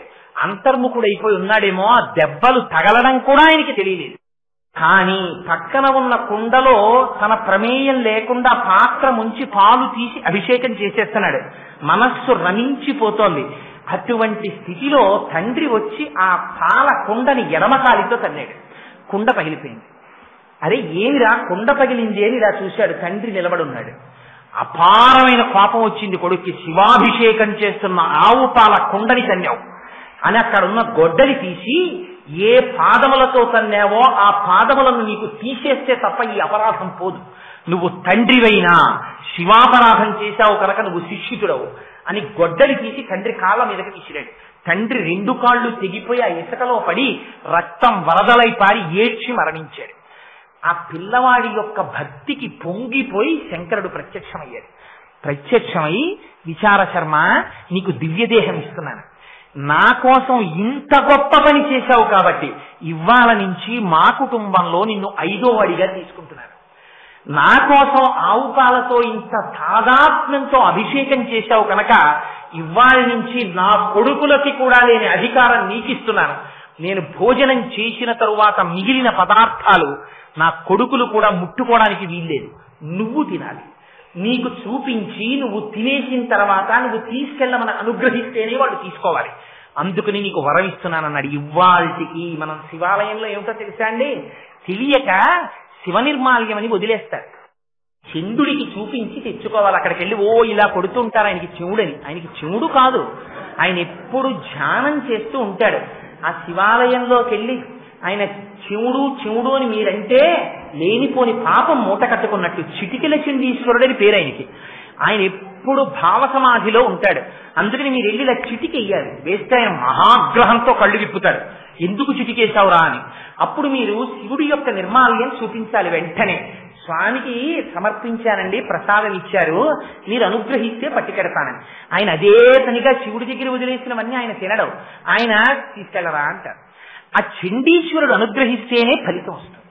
అందుకని ఆయన్ని తలుచుకుని నిర్మాల్యం పక్కన పెట్టాలి. అది గభాలను వెళ్ళి ముట్టుకు తినకూడదు. చండీశ్వరుడు ఇంకా తీసుకున్నాడో తీసుకోలేదో, వీళ్ళు కంగారులో ఉన్నారు అమ్మవారి దగ్గరికి వెళ్ళడానికి. అందుకని నివృత్యై చండాంశ త్రిపురహర నిర్మాల్య విముఖై. అబ్బా లడ్లు ఎంత బాగున్నాయో కానీ చంద్రుడు తినాలి అన్నా కూడా ఎంగిలి చేసేసినట్టే మనస్సుతో. అందుకన్నట్టు చూడకుండా మనస్సు ఇలా తిప్పేశారు. తలలో తిప్పేసి ఇన్ని రహస్యాలు చెప్తారండి మహానుభావుడు శంకరులు. అందుకని త్రిపురహర నిర్మాల్య విముఖై విశాఖేంద్రోపేంద్రో శశి విశద కర్పూర శకలం. పరిగెత్తుకుంటూ అమ్మ అంతఃపురంలోకి వచ్చేసారట.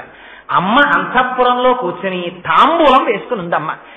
తాంబూలం అమ్మవారు వేసుకుని ఉన్నది అంటే భోజనం చేసినట్ట భోజనం చెయ్యనట్ట ఈ మాట మీరు అడగకూడదు, నేను చెప్పకూడదు. ఇందాకే చెప్పా, అమ్మ అన్నం తిందా అని అడగకూడదు. అమ్మకి అన్నం నువ్వు పెట్టడమే తప్ప, అమ్మ చేతి అన్నం నువ్వు తినడమే తప్ప నేనమ్మకి అన్నం పెట్టాను ఎప్పుడూ అనకూడదు. ఎప్పుడైనా జీవితంలో కోరుకోవలసింది ఒకటే, మా అమ్మ చేతి అన్నం నేను తింటున్నానండి ఇంకానని చెప్పుకోవాలి. మా అమ్మగారు ఏడాదికి 6 నెలలు మా దగ్గర ఉంటారండి, మేము చూస్తాం ఈ 6 నెలలు అన్నవాడు దేశద్రోహి కాడు, జాతిద్రోహి. అటువంటి వాణ్ణి సర్వేశ్వరుడు కూడా రక్షించాడు. అమ్మకి నువ్వు అన్నం పెట్టలేదా, అమ్మ చేతి అన్నం తినే అదృష్టం నీకు దక్కింది ఇంకాను, అందుకు నువ్వు పొంగిపో. అందుకని అమ్మవారికి నైవేద్యం పెడితే అమ్మ దృష్టితో పొంగిపోతుందంటే. అందుకే అమ్మ ప్రసాదం అమ్మ ప్రసాదమే. అందుకు రేపటి రోజున అమ్మవారి పాదముల మీద పువ్వు, అమ్మవారికి నివేదన చేసిన ప్రసాదం చేతిలో పట్టుకుని కళ్ళకద్దుకు నోట్లో వేసుకోవడం అంటే సాయంత్రం సౌందర్యలహర అవుతుంటే రేపు మీరు ఇంకా పూజ చేద్దామంటే ఇవాళ ఆవిడ నల్లమబ్బాయి కురిసింది, మీరు ఏమి ఇవ్వడం తీసుకుంటారు ఆవిడికి. రేపు ఇంకా మీరు పువ్వులు వేద్దామన్నది, ఇవాళ ఆవిడ అనుగ్రహాన్ని ఆవిడ ప్రకటించేసింది. ఇది అమ్మవారంటే. అందుకని అదిగో ఆ తల్లి గురించి చెప్తూ శంకరులు అంటారు, లోపలికి వచ్చేసేటప్పటికి తల్లి ఏం చేస్తోందిట, తాంబూల సంసేవనం చేస్తోంది. ఎందుకు తాంబూలము నములుట, ఏం భోజనం ఎలా చెప్పలేదో తాంబూలం అలా చెప్పకుండా ఉండొచ్చు కదా. శంకరాచార్యులు వారు, వ్యాసుల వారు చెప్పారు తాంబూలం వేసుకుంది అమ్మని, శంకరాచార్యులు వారు చెప్పారు. ఎందుకు ఆ మాట చెప్పడం, ఆ తాంబూలము వేసుకున్నది అన్న మాట వాడితే 2 అర్థములు స్ఫురిస్తాయి. ఒకటి, ఆవిడ సుమంగళి, సుమంగళి అయినటువంటి స్త్రీ తాంబూల సేవనం చేస్తుంది.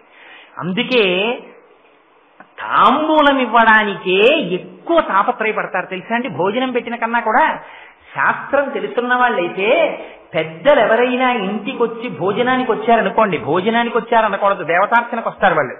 వస్తే కొంచెం శాస్త్రం తెలుసున్నవాడైతే దేనికి పరిగెడతారో తెలుసా, వడ్డన చేయడానికి పరిగెత్తాడు, గంధం తీయడానికి పరిగెడతాడు. వాళ్ళు భోజనం అయిపోయిన తర్వాత గంధం తీసి అలదుకుంటారు. మీరు ఎప్పుడైనా పెద్దలు మీ ఇంటికి వచ్చినప్పుడు చూడండి కావాలంటే. ఇప్పుడు లుప్తమైపోతున్న ఈ ఆచారాలు కానీ భోజనం పెట్టి పంపించకూడదు. వారు వచ్చి దేవతార్చన చేస్తే వారు రేపు ఒక రోజు మీకు ఒక శ్లోకం చెప్తాను. జపోజల్ప శిల్పం సకలమపి ముద్రా విరచన అని సౌందర్యలహరిలోనే వస్తుంది. అది చెప్పినప్పుడు చెప్తాను రహస్యం. ఆ గంధం రాసుకుంటారు వాళ్ళు, రాసుకుని పెడతారు. అందుకని అమ్మ అన్నం తిన్నది అన్న కన్నా తాంబూలము నములుచున్నది. ఎవరు నములుతారో తెలుసా అండి? సుమంగళి అయినటువంటి స్త్రీ తాంబూల చర్వణం చేస్తుంది. అమ్మ ఈ జగత్తులకన్నిటికీ సుమంగళీ తత్వాన్ని ఇవ్వగలిగిన అమ్మ అమ్మవారు. అందుకే మీరు తెల్లవారి లేస్తే పక్కన భర్త ఉన్న భర్త పాదములకు నమస్కారం చేయరు. ఎవరికి చేస్తారు? మెడలో ఉన్న మంగళసూత్రాన్ని కళ్ళకద్దుకుంటారు. ఎందుకని? మంగళసూత్రంలో ఆ దేవత ఉన్నది. అంటే నేను ఈ మాట చెప్పానని మీరు అనుకోకండి. అసలు పరమ యథార్థం ఏమిటో తెలుసా అండి? మంగళసూత్రం అంటే నూలుతో చేసినటువంటి తాడు. అది ఎన్ని తేటలుండాలి, అది ఎలా తేనాలి, దానికి పసుపు ఎంత రాయాలి. నిజంగా అలాంటి తాడు కాని మెళ్ళో ఉంటే ఎట్టి పరిస్థితుల్లో భర్తకు అమంగళం రాదు. ఎంత గ్రహస్థితి ఉండనివ్వండి రాదు. కానీ ఇవాళ మంగళసూత్రాలు కూడా బంగారం అయ్యాయి. సరే, దాని గురించి నేను ఇంకా లోతుగా వెళ్ళను. కానీ ఒక్క విషయం స్పృశిస్తాను. ఆ మాంగళ్యంలో సర్వమంగళాదేవత ఉన్నది. సర్వమంగళా దేవత అమ్మవారు ఆవిడ మీ యొక్క ఐదోతనాన్ని కాపాడుతుంటుంది. ఇవాళ మీరు నిద్ర లేచేటప్పటికి పక్కన పడుకున్న భర్త రేపు, ఎల్లుండి, ఆపై రోజు, ఆ తర్వాత కూడా మీకు కనపడాలంటే ఆయన చేతిలో మీరు వెళ్ళిపోయి ఆయన లేచేటప్పటికి మీరు పక్కన లేనటువంటి స్థితి ఒకనాడు పండిపోయిన వయస్సులు వచ్చే వరకు ఉండి 3 తరాలు చూసుకుని ఓపికగా సేవ చేసుకుని హాయిగా ఆయన ఒళ్ళో తలపెట్టుకుని, నాకు బాగా తెలుసున్నటువంటి మహాభక్తులు ఒక ఆయన ఉన్నారు హైదరాబాద్ లో, శైవ పత్రికలో కూడా వేశారు ఆవిడ గురించి. నేను చెప్పకూడదు, పేరు చెప్తే ఒకరిని పొగిడినట్టు అవుతుంది ఉపన్యాసంలో, అందుకని పేరు చెప్పను. కానీ ఆవిడికి తీవ్రమైన అనారోగ్యం వచ్చి క్యాన్సర్ వస్తే హాస్పిటల్లో పెట్టారు భర్త గారు. మహాభక్తుడు. డాక్టర్లు అన్నారు ఈవిడ ఇంకెక్కువ కాలం ఉండరు, ఏమైనా కోరిక ఉందేమో అడగండి అన్నారు. భర్త గారు ఇల్లు అడిగాడు, నీకు ఏమైనా కోరిక ఉన్నదా అని అడిగాడు. అయితే ఆవిడంది, నాకు ఒక్కసారి మీతో కలిసి శ్రీశైలంలో అంతరాలయంలో కూర్చొని ఒక్కసారి అభిషేకం చేసుకోవాలనుంది. మన ఇద్దరం ఎన్నో చేయించాడు సర్వేశ్వరుడు, ఇంకొక్కసారి అలా అభిషేకం చేద్దామనుంది అన్నారు. ఆవిడ అలా కారులో తీసుకెళ్లారు. శ్రీశైలంలో అంతరాలయంలో అభిషేకం చేసుకొచ్చారు. ఆయుర్దాయం ఎలా పొడిగించాడో తెలియదు పరమేశ్వరుడు. ఆవిడ్ని ఎప్పుడు తీసుకెళ్లాడో తెలుసా అండి?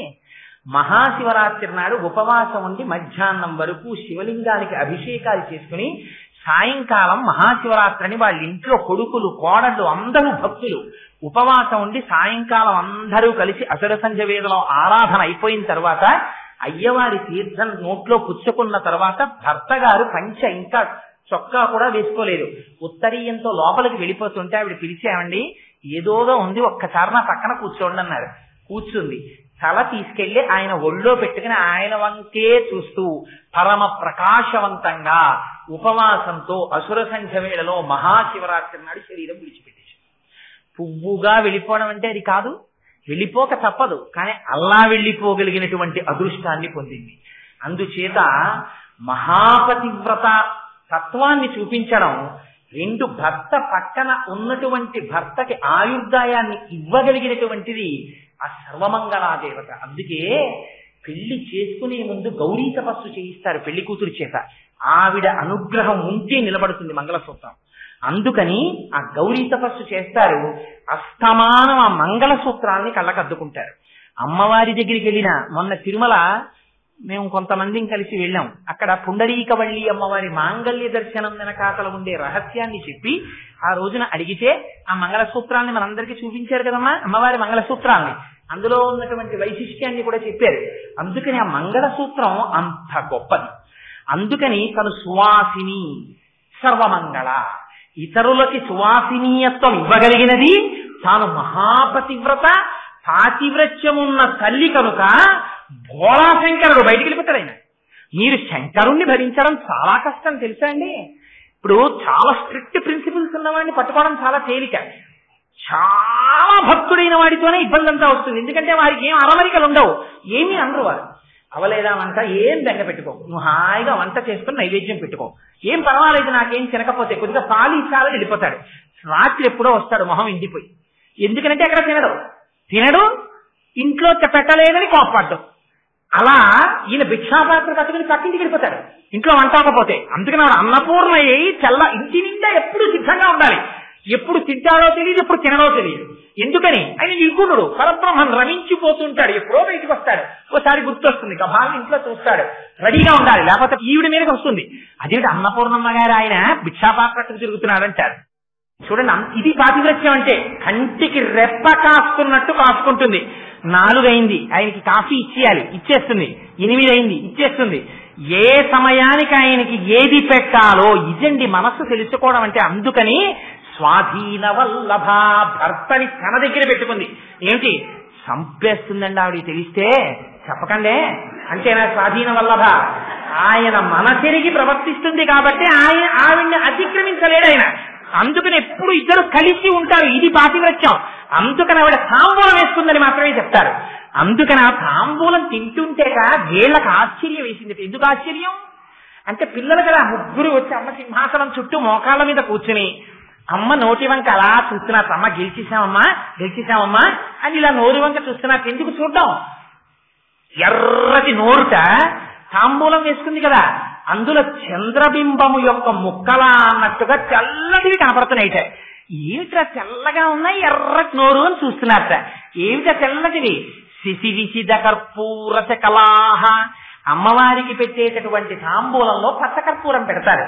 ఆ కర్పూరపు బిళ్ళలు అమ్మవారి నోట్లో నలుగుతున్నాయి. ఇంకా అవి తెల్ల తెల్లగా అవునాయి, ఎర్రగా అమ్మ నోరుంది.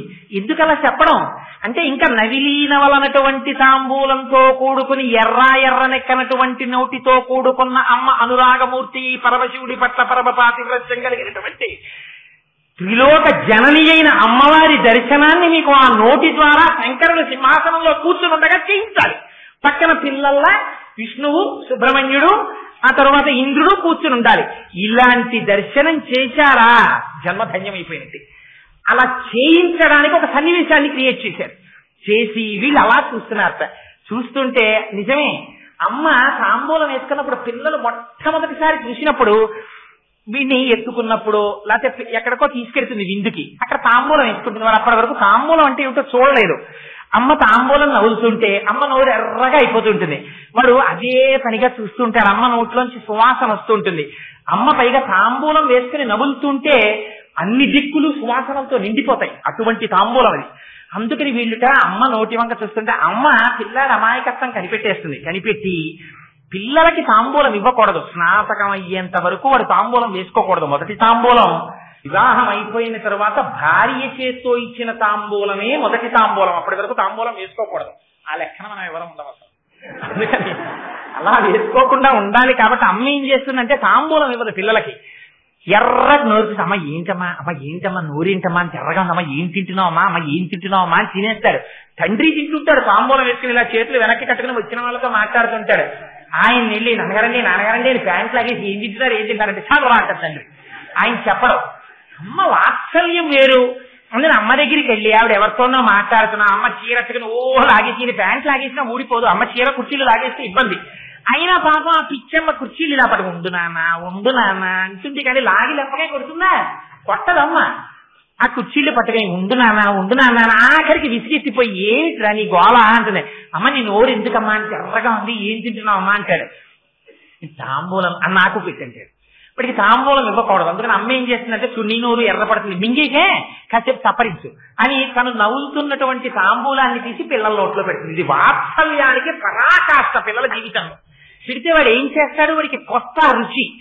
అమ్మ యొక్క లాలాజనంతో కలిసి నోట్లోకి వెళ్ళింది. అది తల్లి బిడ్డల యొక్క అనుబంధం. అంటే అమ్మ రక్తం వాళ్ళలో ఉంది, అమ్మ తిన్న ఆహారం వాళ్ళలో ఉంది, అమ్మ పాలు వాళ్ళలో ఉన్నాయి, అమ్మ వాత్సల్యం వాడిలో ఉంది, అమ్మ రూపు వాళ్ళలో ఉంది, అమ్మ ఆశీర్వచనం వాడికి అంగరక్ష అయింది. అమ్మ ఉపనయనం జరిగినప్పుడు పెట్టినటువంటి ఉంగరం వాడు బతికున్నంత కాలం వాడు ఆచమనం చేసేటప్పుడు వేలుకి కనపడి జ్ఞాపకానికి వస్తుంటుంది. అన్ని చోట్ల సంధ్యావందనం చేస్తే మాతృదేవో భవ అమ్మ పాదాలు జ్ఞాపకం వచ్చి నమస్కరిస్తాడు. ఉన్నవాడు అదృష్టవంతుడు, లేకపోయినా అమ్మ పాదాలకు నమస్కారం చెయ్యం. అందుకని ఇది చెప్పడానికి ఆ అమ్మ నోటి వంక చూస్తూ ఉండిపోయారట ఈ ముగ్గురు కూడా. ఉండిపోతే అమ్మ పక్కున నవ్వి నోట్లోంచి ఆ తాంబూలపు పిడతలు తీసి వాళ్ళ ముగ్గురు నోట్లో పెట్టింది. పెడితే వాళ్ళు ముగ్గురు నువ్వే నేను నువ్వే నేను నువ్వే నేను, చొక్కా వదిలేస్తే లాల్చీ వేసుకుంటాను, లాల్చీ వదిలేస్తే ఉత్తరీయం వేసుకుంటాను, అంతేగాని అయ్యో చొక్కా నేను విడిచిపెట్టేశానే నా జీవితం పోయిందే అని బెంగెట్టుకుంటానే. బెంగేం పెట్టుకోను. ఇందాక అయితే ఓ మాట చెప్పారు, కబరీ బంధం చూస్తే ధునోతుధ్వాంతం, ఇక్కడ చెప్పలేదు. ఎందుకు చెప్పరు? చెప్పకపోవడం వెనకాతల ఒక రహస్యం ఉంది. అసలు దీని ఫలితాలు చెప్పడం కుదరదు. అమ్మవారి తాంబూలంతో కూడినటువంటి నోరు దర్శనం అయిందా మాంగళ్యం నిలబడుతుంది. అమ్మవారి తాంబూలకు నోరు కానీ మీరు చూశారా పాండిత్యం వస్తుంది. అమ్మవారి నోటి తాంబూలపు పిడత నోట్లో పెట్టిందా మాటలు రాని మూగివాడు మహాపండితుడు అవుతాడు, మూకుడు మహాపండితుడు అయిపోయాడు. అది సారస్వత ప్రయోగంలో శరజ్యోత్స్నా శుద్ధాం శశీత జటాజూటమకుటాం ఆ శ్లోకాల్లో చెప్తాను దానికి సంబంధించిన ఇతివృత్తాన్ని. అందుకని ఇవన్నీ అవుతాయా ఏమిటో అలా చెప్తానంటుంటాను. అదొక అయ్యే పోయింది 3 రోజులు, ఇంకున్నది 6 రోజులు, ఇవన్నీ ఎక్కడ అవుతాయి? అందుకని ఆ తాంబూలపు పిడక నోట్లో పెట్టింది. పెడితే తాంబూలం మీరు జ్ఞాపకం పెట్టుకోండి, తమలపాకు తీగగా ఉంటుంది, చెట్టు ఉండదు. తమలపాకు తీగకి తమలపాకులు కాస్తాయి, కానీ మీరు ఎక్కడైనా తామల పుష్పాలు చూసారా? పువ్వులు ఉండవు. తమలకాయలు చూసారా? ఉండవు, ఆకులే ఉంటాయి. ఆ ఆకు కర్పూరంతో కలిస్తే రంగు మారిపోతుంది. ఇది అందుకే తమలపాకుని మాత్రమే ఇస్తారు. ఎప్పుడు మీరు ఎవరికి ఇవ్వండి అది పరమశుభప్రదము, అంటే ఇది సత్యము అని మీరు ఎక్కడ చెప్పవలసి వస్తే అక్కడ తమలపాకు ఇస్తారు. ఆఖరికి నిశ్చితార్థం చేసుకున్నారనుకోండి, మీరు ఇచ్చుకున్న కట్నాలు కానుకలు దొంగ చెక్కులు ఇవన్నీ అకౌంట్లోకి రావు. ఏదొస్తాయి? తాంబూలాలు ఇచ్చుకున్నామండి అంటారు. తాంబూలం మీరు ఇచ్చి తాంబూలం పుచ్చుకున్నారంటే ప్రతిజ్ఞకి కట్టుబడిపోతారు. బోయరొకరికి తాంబూలం ఇచ్చారు మీరు అంటే మీరు వినయంతో ప్రవర్తించారు. తాంబూలం పుచ్చుకున్నారు అంటే మీరు మహా గొప్ప వీరుడై ఉండాలి. వీరుడు 2 అర్థాలు. బాహ్య పరాక్రమముతో రాక్షసుల్ని జయించిన వాడు వీరుడే. అమ్మవారికి వీరారాధ్య అని పేరు. మహాజ్ఞాని కూడా వీరుడే. అందుకే వారికి ఇప్పుడు తాంబూలం సమర్పిస్తున్నాం అంటారు. తాంబూలం సమర్పిస్తున్నాం అంటే వారికి నిజంగా ఏదో తామలపాకులు వక్కా ఇస్తే ఎవరైనా పండితులకి మహాపురుషులకి వాళ్ళు వచ్చినప్పుడు వారికి ఇప్పుడు తాంబూలం సమర్పించామండి అంటారు. ఇవ్వాలంటే తాంబూలం అంటే దాని గౌరవం పోయింది. తాంబూలం అంటే తాంబూలంలో ఎంత పెట్టారో తాంబూలం, ఎంత పెట్టారో తాంబూలం, తాంబూలం కాదు. తాంబూలం అంటే అసలు నిజమైన అర్థం తాంబూలమే, అంతే, అక్కడ వరకే.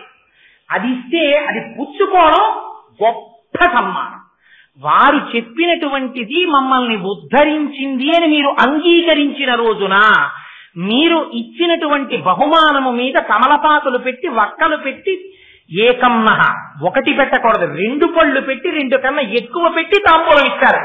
ఇదేమి నేను భవిష్యత్తులో జాగ్రత్త పడ్డానికి ఇవన్నీ చెప్పుకుంటున్నాడు కోటేశ్వరరావు అనుకోకండి. అవన్నీ నేను కోరుకుని ఏం చెప్పుకోవట్లేదు మహాప్రభు. నేనేదో సంతోషానికి చెప్పాను, ధర్మానికి చెప్పాను అంతే. అక్కడ ప్రయోజనం ఉందని అది విషయం తెలుసుకోవాలని చెప్పాను. అందుకని అది తాంబూలం అంటే. అందుకని ఇప్పుడు అమ్మవారిచ్చిన తాంబూలంతో వాళ్ళు ముగ్గురు ఏం పొందారో మీరు పురాణం చూస్తే తెలుస్తుంది.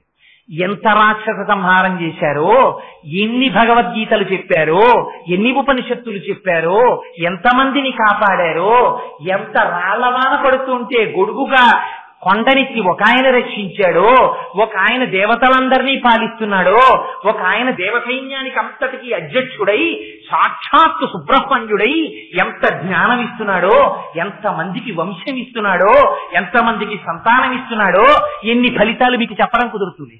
చెప్పడం కుదరదు. కాబట్టి అమ్మవారి తాంబూలం వేసుకున్న నోరు చూస్తే వచ్చేటటువంటి ఫలితం ఇది అది అని నేనేం చెప్పను, అనంతము. అందుకని అసలు చెప్పను, ఇక నా వాక్కుల చేత అది చెప్పడం కుదరదు అని ఆ పిడతలు గ్రహించి వారు పరమానంద భరితులైరి అంతే. ఆపేశారు శ్లోకాన్ని. అంత పరమ పవిత్రమైన శ్లోకాల్ని ఇవాళ 2 శ్లోకాలని పరమాత్మ విజ్ఞాపన చేయించాడు. ఇప్పుడు ఆ 3వ శ్లోకం కానీ నేను మొదలు పెట్టాను అనుకోండి, అసౌ నాసావంశస్తుహినగిరి వంశధ్వజపటి అని అమ్మవారి ముక్కు గురించి ఒక గొప్ప శ్లోకం. అందులో ముక్తాహ అంటారు. ఆ ముత్యం దర్శనం అయితే మళ్ళీ శంకరాచార్యుల వారి లాంటి కొడుకు పుట్టచ్చు ఎవరికి. కానీ ఇప్పుడు నేను ఆ శ్లోకం మొదలు పెడితే అవుతుందా అది? అందుకని రేపటి రోజున దాన్ని ప్రారంభం చేస్తాను. రేపు మాత్రం పురస్కండాభోగ ప్రతిఫలిత తాటంకయుగళం. సరే, అది ఎందుకన్నానో ఇవాళ ఆ మాట, రేపు ఆ మాటకి అర్థం, దాని విశేషాన్ని రేపు శంకర భగవత్పాదులు చేయించుగాక. మంగళాశాసనపరైః ఆచార్య పురోగమైః సర్వైశ్చ పూర్వైరాచార్యైః సత్కృతాయాస్తు మంగళం.